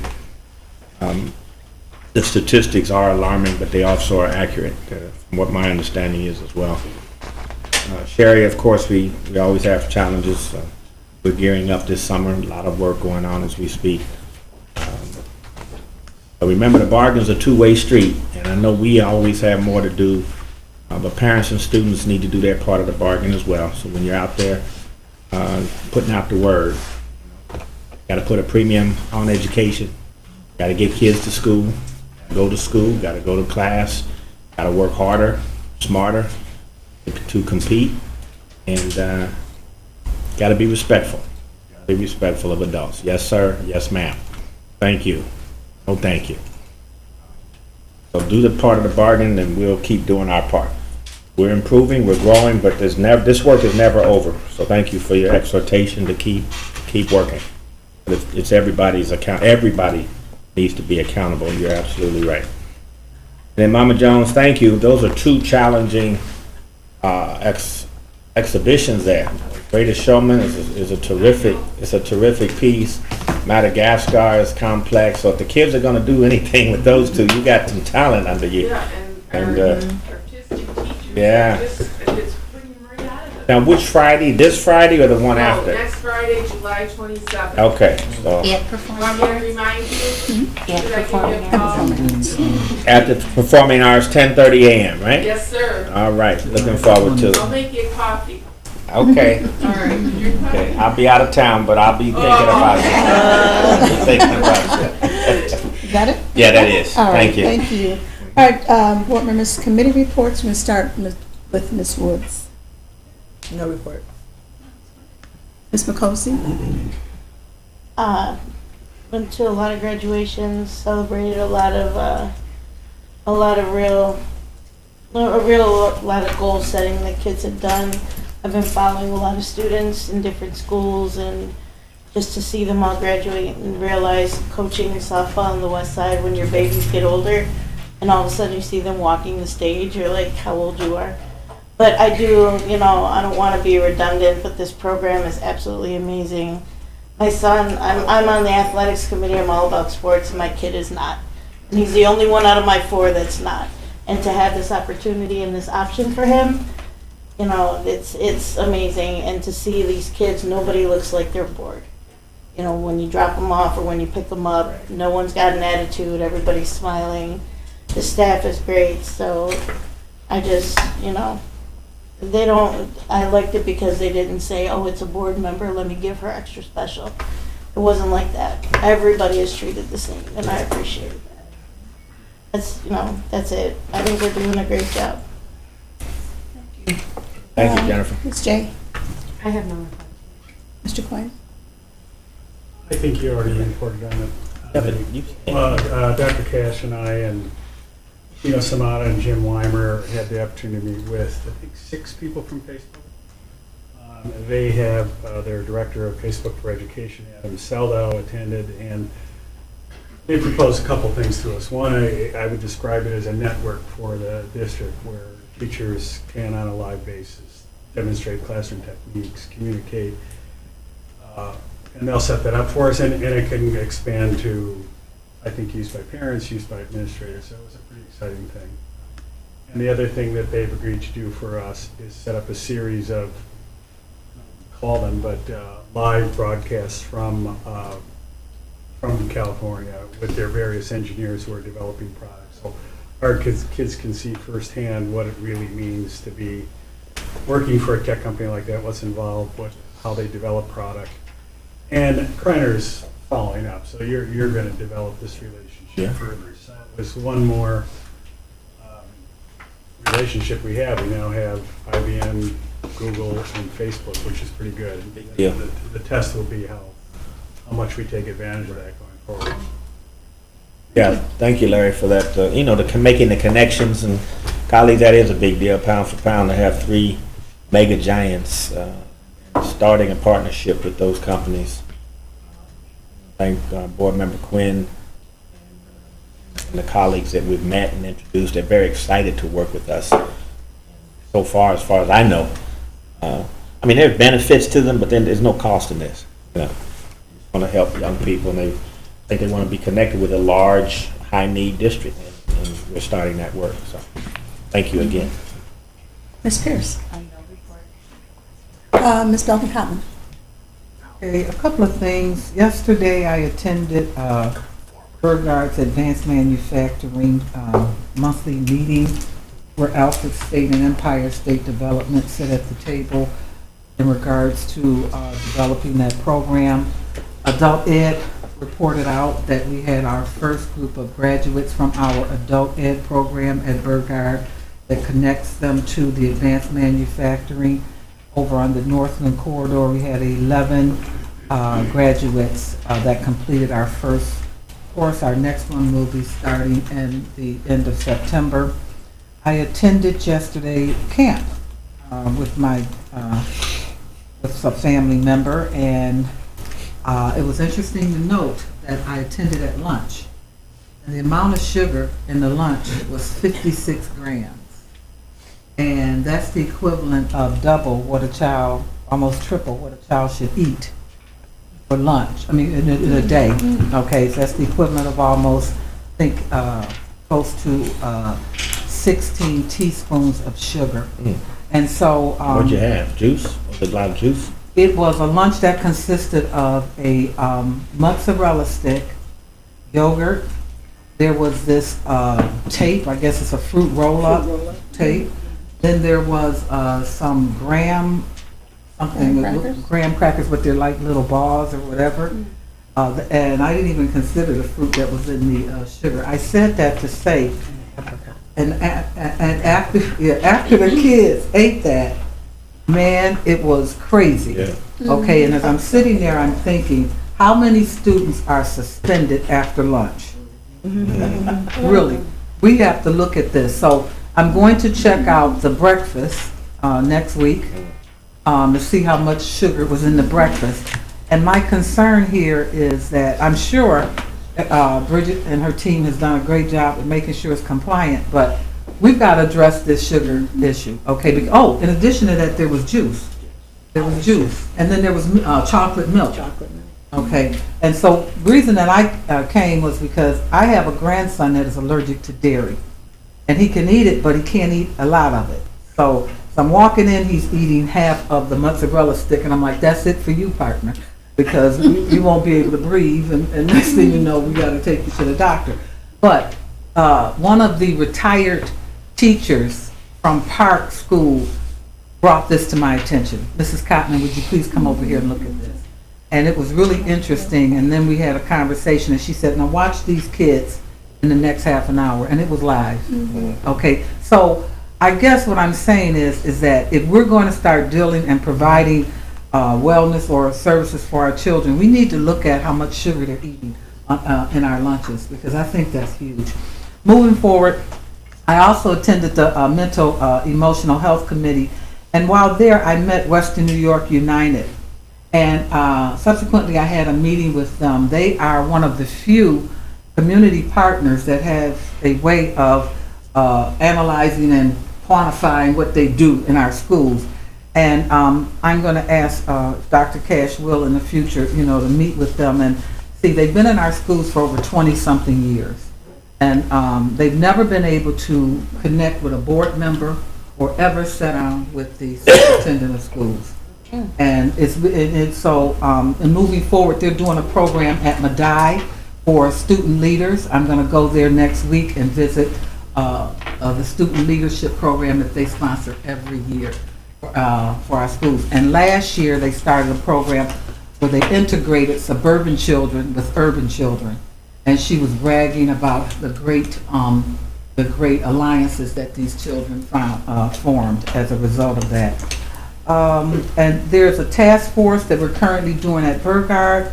I'm looking at the numbers associated with Burgard and MST for the low graduation rate, and we're looking at the factors that are impacting why these two schools have such a low graduation rate. And we're going to put together a report and give it to the superintendent.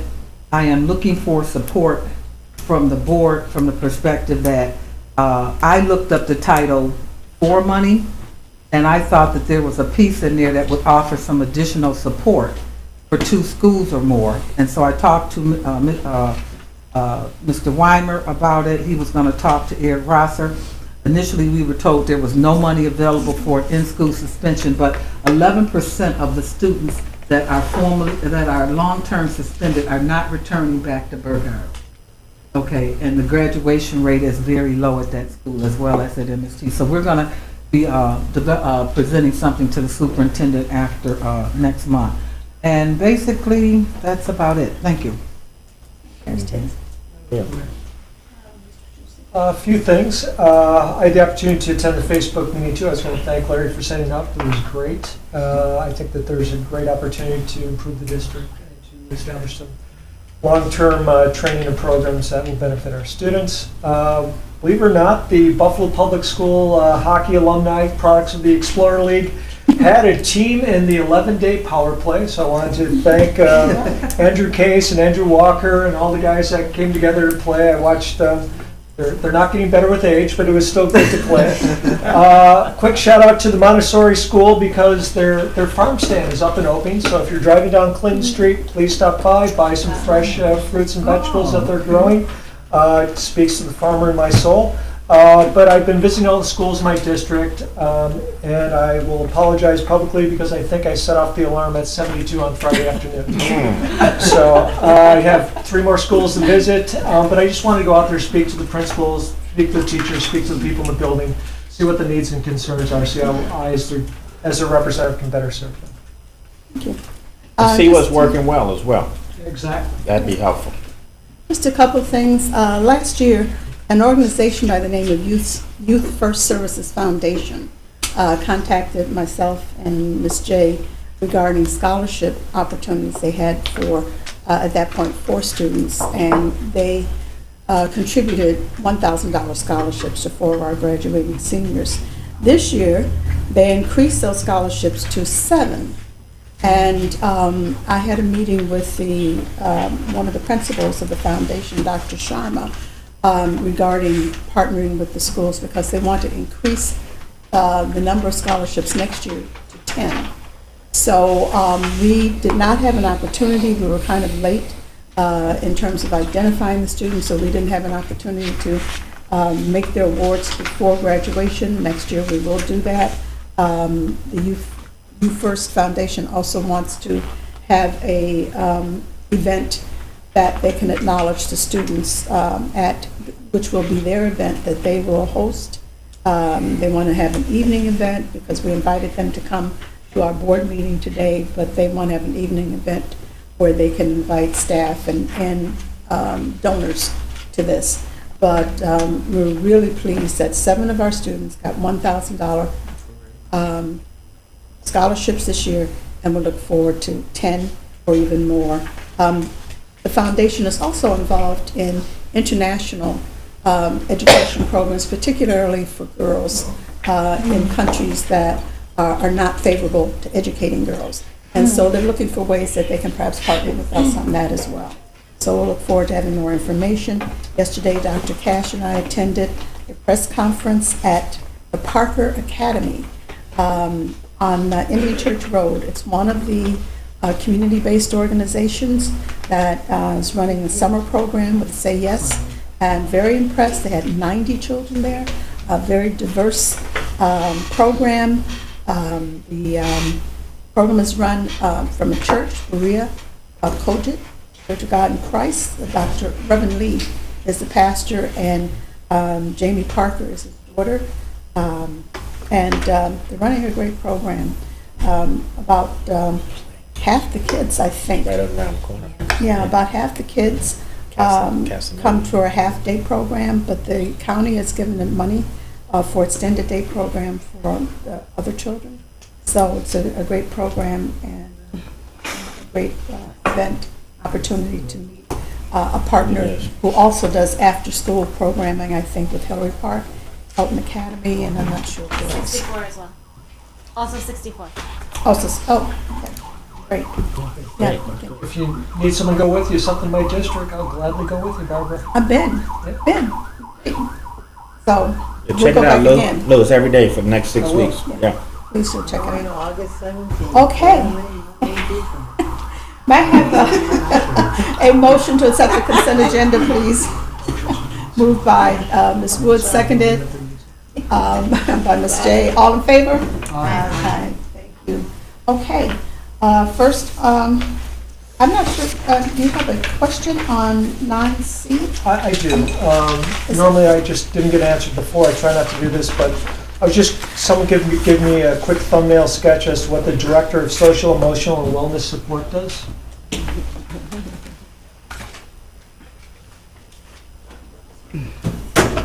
evening, board members. Good evening. The Director of Social, Emotional, and Wellness Supports is responsible for making sure that our teachers have professional development in the area of social emotional learning. They're responsible for making sure that we are providing professional development opportunities for our teachers in trauma-informed care, de-escalation strategies, restorative practices. The director is also responsible for a health-related services organization, which would be our school nursing program, as well as our school wellness teams. Thank you very much. All right. Ms. Pierce? No, I don't have a question. You have a question? Okay, Mr. Quinn, you don't have a question either? You No. just... Oh, yeah, I didn't see you. I'd Ms. like to, Belton. I've been called first, so name down, I don't get called first. If you don't put your name down, you won't get called at all. Sure I will. I'll make sure of that. Okay, so what, you have a question, Ms. Belton-Cotman, on 9C? I'd like to reserve it for executive session. There's an item in there or issue in there I'd like to discuss behind. All right. Moving on to 12A. Mr. Petrucci? Yeah, I just want to put my concerns on the record. I'm just concerned, particularly with School 33, with cuts to the Reggio Emilia program and the lack of bilingual teachers is really going to negatively impact the schools.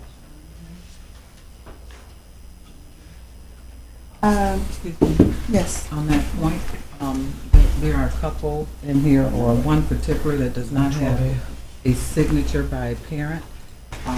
That is a taboo no-no. We ran into major issues with that in the past with the state by not having parent or community people involved. And I need to make sure in moving forward. So I can tell you, thank you. Mrs. Cotman, I just spoke with Miss Ina Gardner, who is the parent facilitator at grades 5 through 8, and the BEDS code for 197 covers grades 5 through 12. So we're going to, myself and Mr. Weimer will work with Mr. Baker next week on the SEP and make sure that the parent piece is up to standards. Thank you, and I want to thank you for the work that you do. You're welcome. Maybe everyone doesn't know that this is Mary Ann Dixon, and she is probably one of our most valuable players in this district. She really represents and does a lot, and she is a wealth of knowledge. And if you need to know something, I hate to tell you, but you can start with her. Thank you. Thank you for all you do. You're welcome. Thank you. Thank you, Ms. Dixon. Thank you. 15A. Thank you very much. I just had a question as to whether or not this training that's going to be offered is transferable to other devices and machines. It seemed to be very proprietary when I read the attachment. Mr. Greco.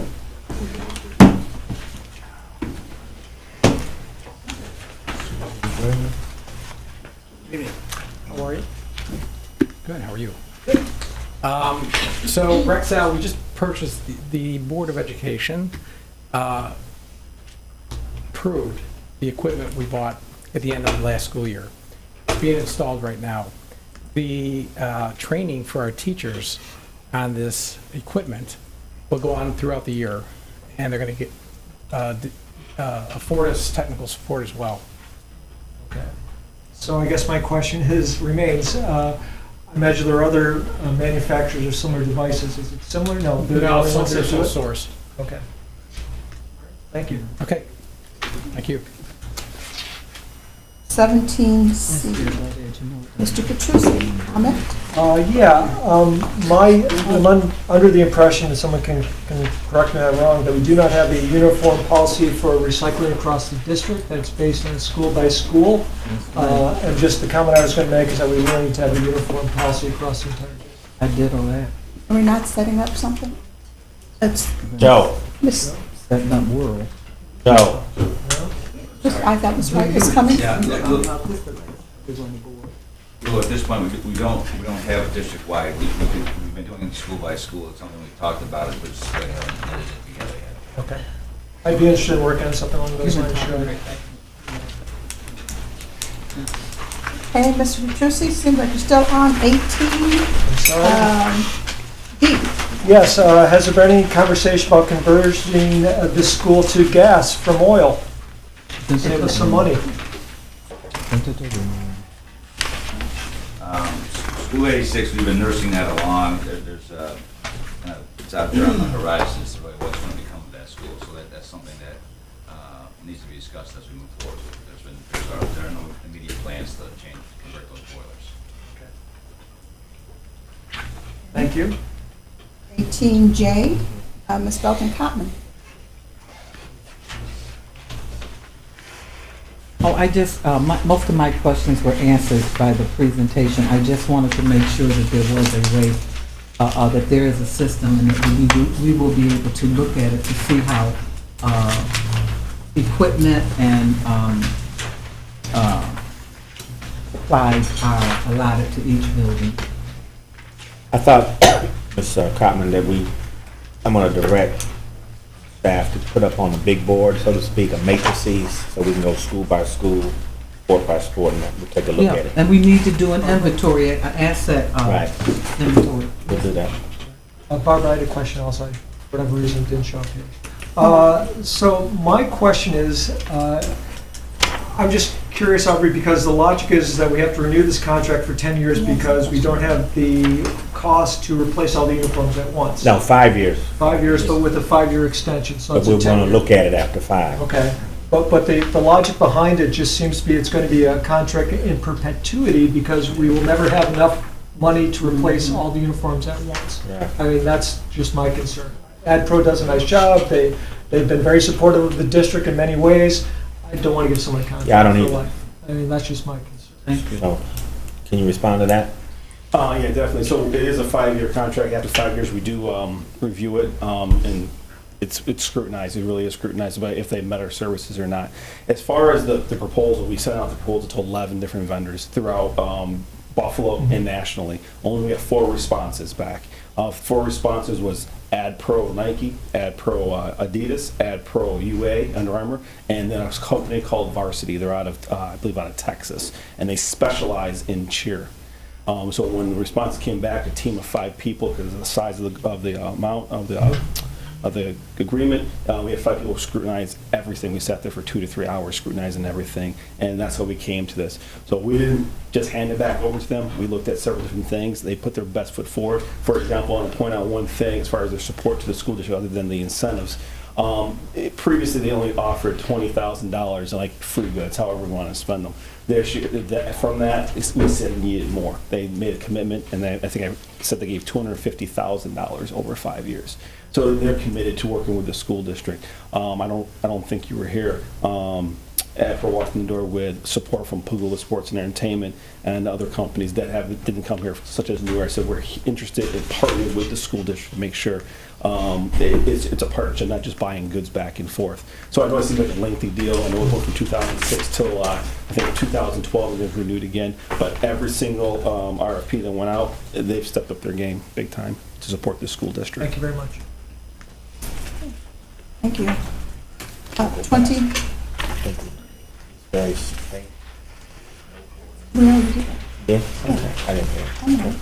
No, I didn't hear. 12B, Mr. Petrucci. 20B. Ask about- 20B. Oh, yes, 20. Yeah, just there was a comment that we're looking to transfer to a alternative site. I just want to know how close we are to the alternative site. Do we have a date? Is this just something that's aspirational sometime in the near future, or is it something that we'll have an answer in 2 years, 3 years, 6 months? That's really a question for Leslie. Okay. I'm sorry, did you say? Les, are you here? He was. He was. Oh. More or less. Madam Chairman, may I be excused? I have to read a revival. Can you just wait just 1 second? We're almost, I have we're no almost there to vote. objections. That's my vote. No Well, objections. you need to be here to vote. So, and Darren, unless can you there's help? something, I'm trying, if you can, at this point in time, I don't know where adult ed is at, looking to relocate Harvest House, but I know right now they're looking to keep it here for the new whole education center. You know, it's one of the arms of adult ed. And so I have not been made aware of any, you know. Purpose of expediency, if someone could answer me after the meeting, I'll accept the answer later. Just Okay. so we can move the agenda forward. I'll take care of it. may we have a roll call? Tino, vote? make sure Les stays around. Without, Roll, without 9C. without 9C. The board has agreed to pull that, 9C. Did they vote on that? There's a question, we have not, there was a question regarding an item, a personnel item on 9C, and the request was made to pull that item for now, so the question could be asked in executive Why don't we go into session. executive session and then vote on it afterwards? Vote on the agenda. Colleagues, because I want to move that item forward. All right, then, Ms. Woods, I guess you're free to go. Not going to vote on this. We can pull 9C. Well, that's what I asked. And then vote on the consent. That's what I asked, was to agenda. pull 9C and vote on the rest of the agenda. And then do we come back and vote on it again? Yes. All right, 9C. so we have a roll call vote. Mrs. Belton Cotman? No exception. Dr. Harris State? No exception. Ms. J? No exception. Ms. McCosy? No exception. Mr. Petrucci? Exception to 20B. Ms. Pierce? Exception to 18K. Mr. Quinn? I think you mean 19K. Oh, I'm on the wrong page. 19K. Yeah. Pardon me. Yeah, I'm accepting the 19K as well. Ms. Woods? No exceptions. President Everett? Exception. Consent agenda passes. Which will be later Thank you. Unfinished business, Dr. Davis? Madam Chairman, I'd like to propose a board, what do you call it? A motion. For approved travel for the following: NISBA 2018 Summer Law Conference on Thursday, July 19th, 2018 in Rochester, New York. Western New York Education Law Conference on August 1st, 2018 at the Millennium in Cheektowaga, New York. National School Boards Association's CUBE Annual Conference from September 27th through the 29th, 2018 in Las Vegas, Nevada. NISBA's 98th Annual Convention from October 25th through the 27th, 2018 in New York, New York. Council of Great City Schools 61st Annual Conference from October 24th through the 28th, 2018 in Baltimore, Maryland. Council of Great City Schools Legislative Conference from March 15th through the 19th, 2019 in Washington, D.C. And finally, NSBA's Annual Conference from March 30th through April 1st, 2019 in Philadelphia, PA. May I have a second motion, please? Second. Second by Ms. Belton Cotman. All in favor? Aye. Aye. Opposed? Ayes, carried. Thank you.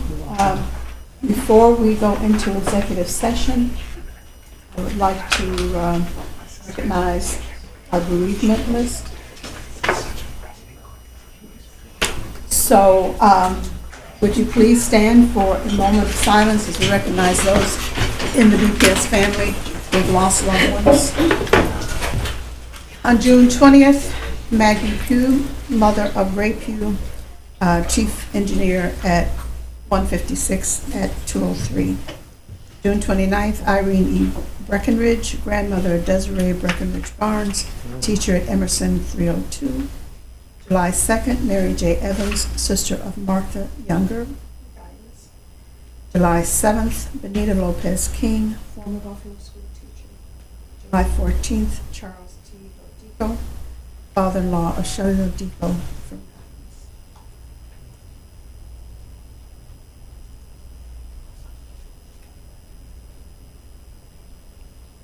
Thank you. Now may I have a motion, please, to go. Oh, I'm sorry. It's my omission. Colleagues, it's my omission. I'd like to introduce a new colleague and fulfilling a very important role as Deputy for Human Resources, Holly McGee. Could you introduce your new deputy, Ms. Warren? The Department of Human Resources is pleased to announce that Tamika Holly McGee has joined our department as the new Deputy for Human Resources.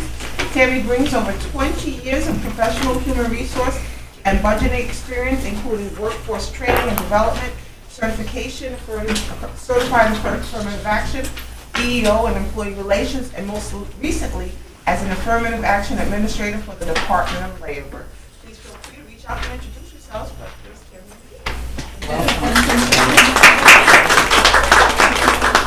Thank you. Welcome, Ms. Holly. I have a motion now to go into executive session for the following purposes: to discuss pending litigation with LP Seminole. What? To discuss pending litigation with Faith Morrison Alexander. Excuse me. To discuss pending litigation with the Buffalo Teachers Federation. To discuss pending litigation with Shaloni N. To discuss pending litigation and collective negotiations with Local 409, to discuss the employment history, and potential discipline of specific district employees, and for the purpose of receiving legal advice. Move Mr. Petrucci, seconded by Ms. McCosey. All in favor? It's on, I believe it's assumed under what I've already Yeah, the said. employment with particular district employees covered under the 9C. That's what you're referring to. All in favor? Aye. Thank you. Take a brief break and we'll be back.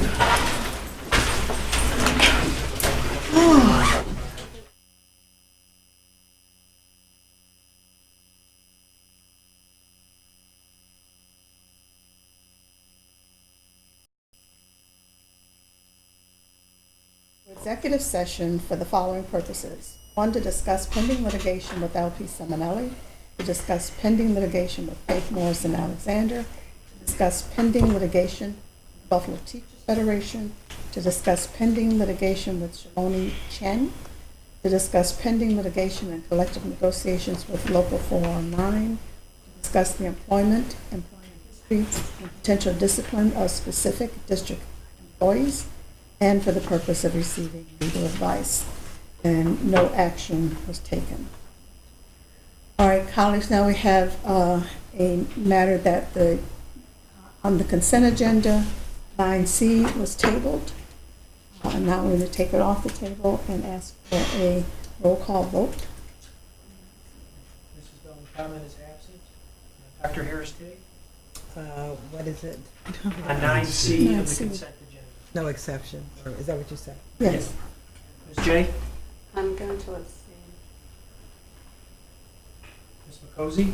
I will as well. Abstain. Abstain. Mr. Petrucci? I'm going to abstain from 9C number 2, but not number 4. There's your reason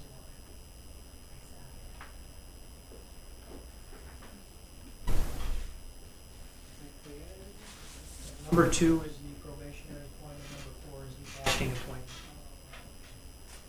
Ms. Pierce? I'm going to vote no. Yes. For 9C. 2 and 4. All of 9C, because 9C is 2 pages long. Are you voting 9C. online? 9C is the entire administrative slate. No, that's 9D. It's not. 9C, you're 9C 2 and 4. So lines 2 and 4. 2 and 4. Voting no online. Mr. Quinn? I'm voting yes on both items, C 2 and 4. Russell Woods is absent. President Everett. No exception.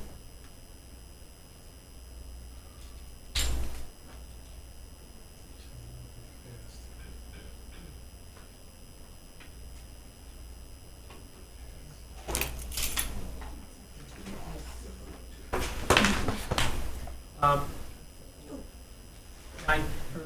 9C, line 4 passes, line 2 fails. What's that mean? How did it pass? Who's There's only that 4 position? votes. Did not get. You know, Dr. Nevergo, Dr. Harris Tig, Mr. Petrucci voted only for lines 2 and 4. Right. You and Ms. Pierce only voted for lines 2 and 4. Everything else in 9C passed. Oh, 9C is the entire administrative change. okay. So you voted no one So then I on vote lines. for all of 9C. then. Correct. Yes. Oh. All right. Are we, Number. That's what I say. are we Okay, so clear? what do you have? You don't have that position, right? We go back and do whatever. No, that you can continue in an acting position. Okay, You let's be voted yes clear. on 4. Let's be clear before we leave. Well, we need to have our attorney tell us. It doesn't back. really matter because there's only 4 votes, you need 5. They abstained. So they She voted abstained. no. Yeah. And so by colleagues abstaining doesn't really help, you know? But, I'm still not sure if she qualifies. well, That was a good point. Let's do it again. Motion to adjourn. So moved. Second. You know, I didn't bring up the unfair practice issue. I think it's unfair practice. so bad, so bad.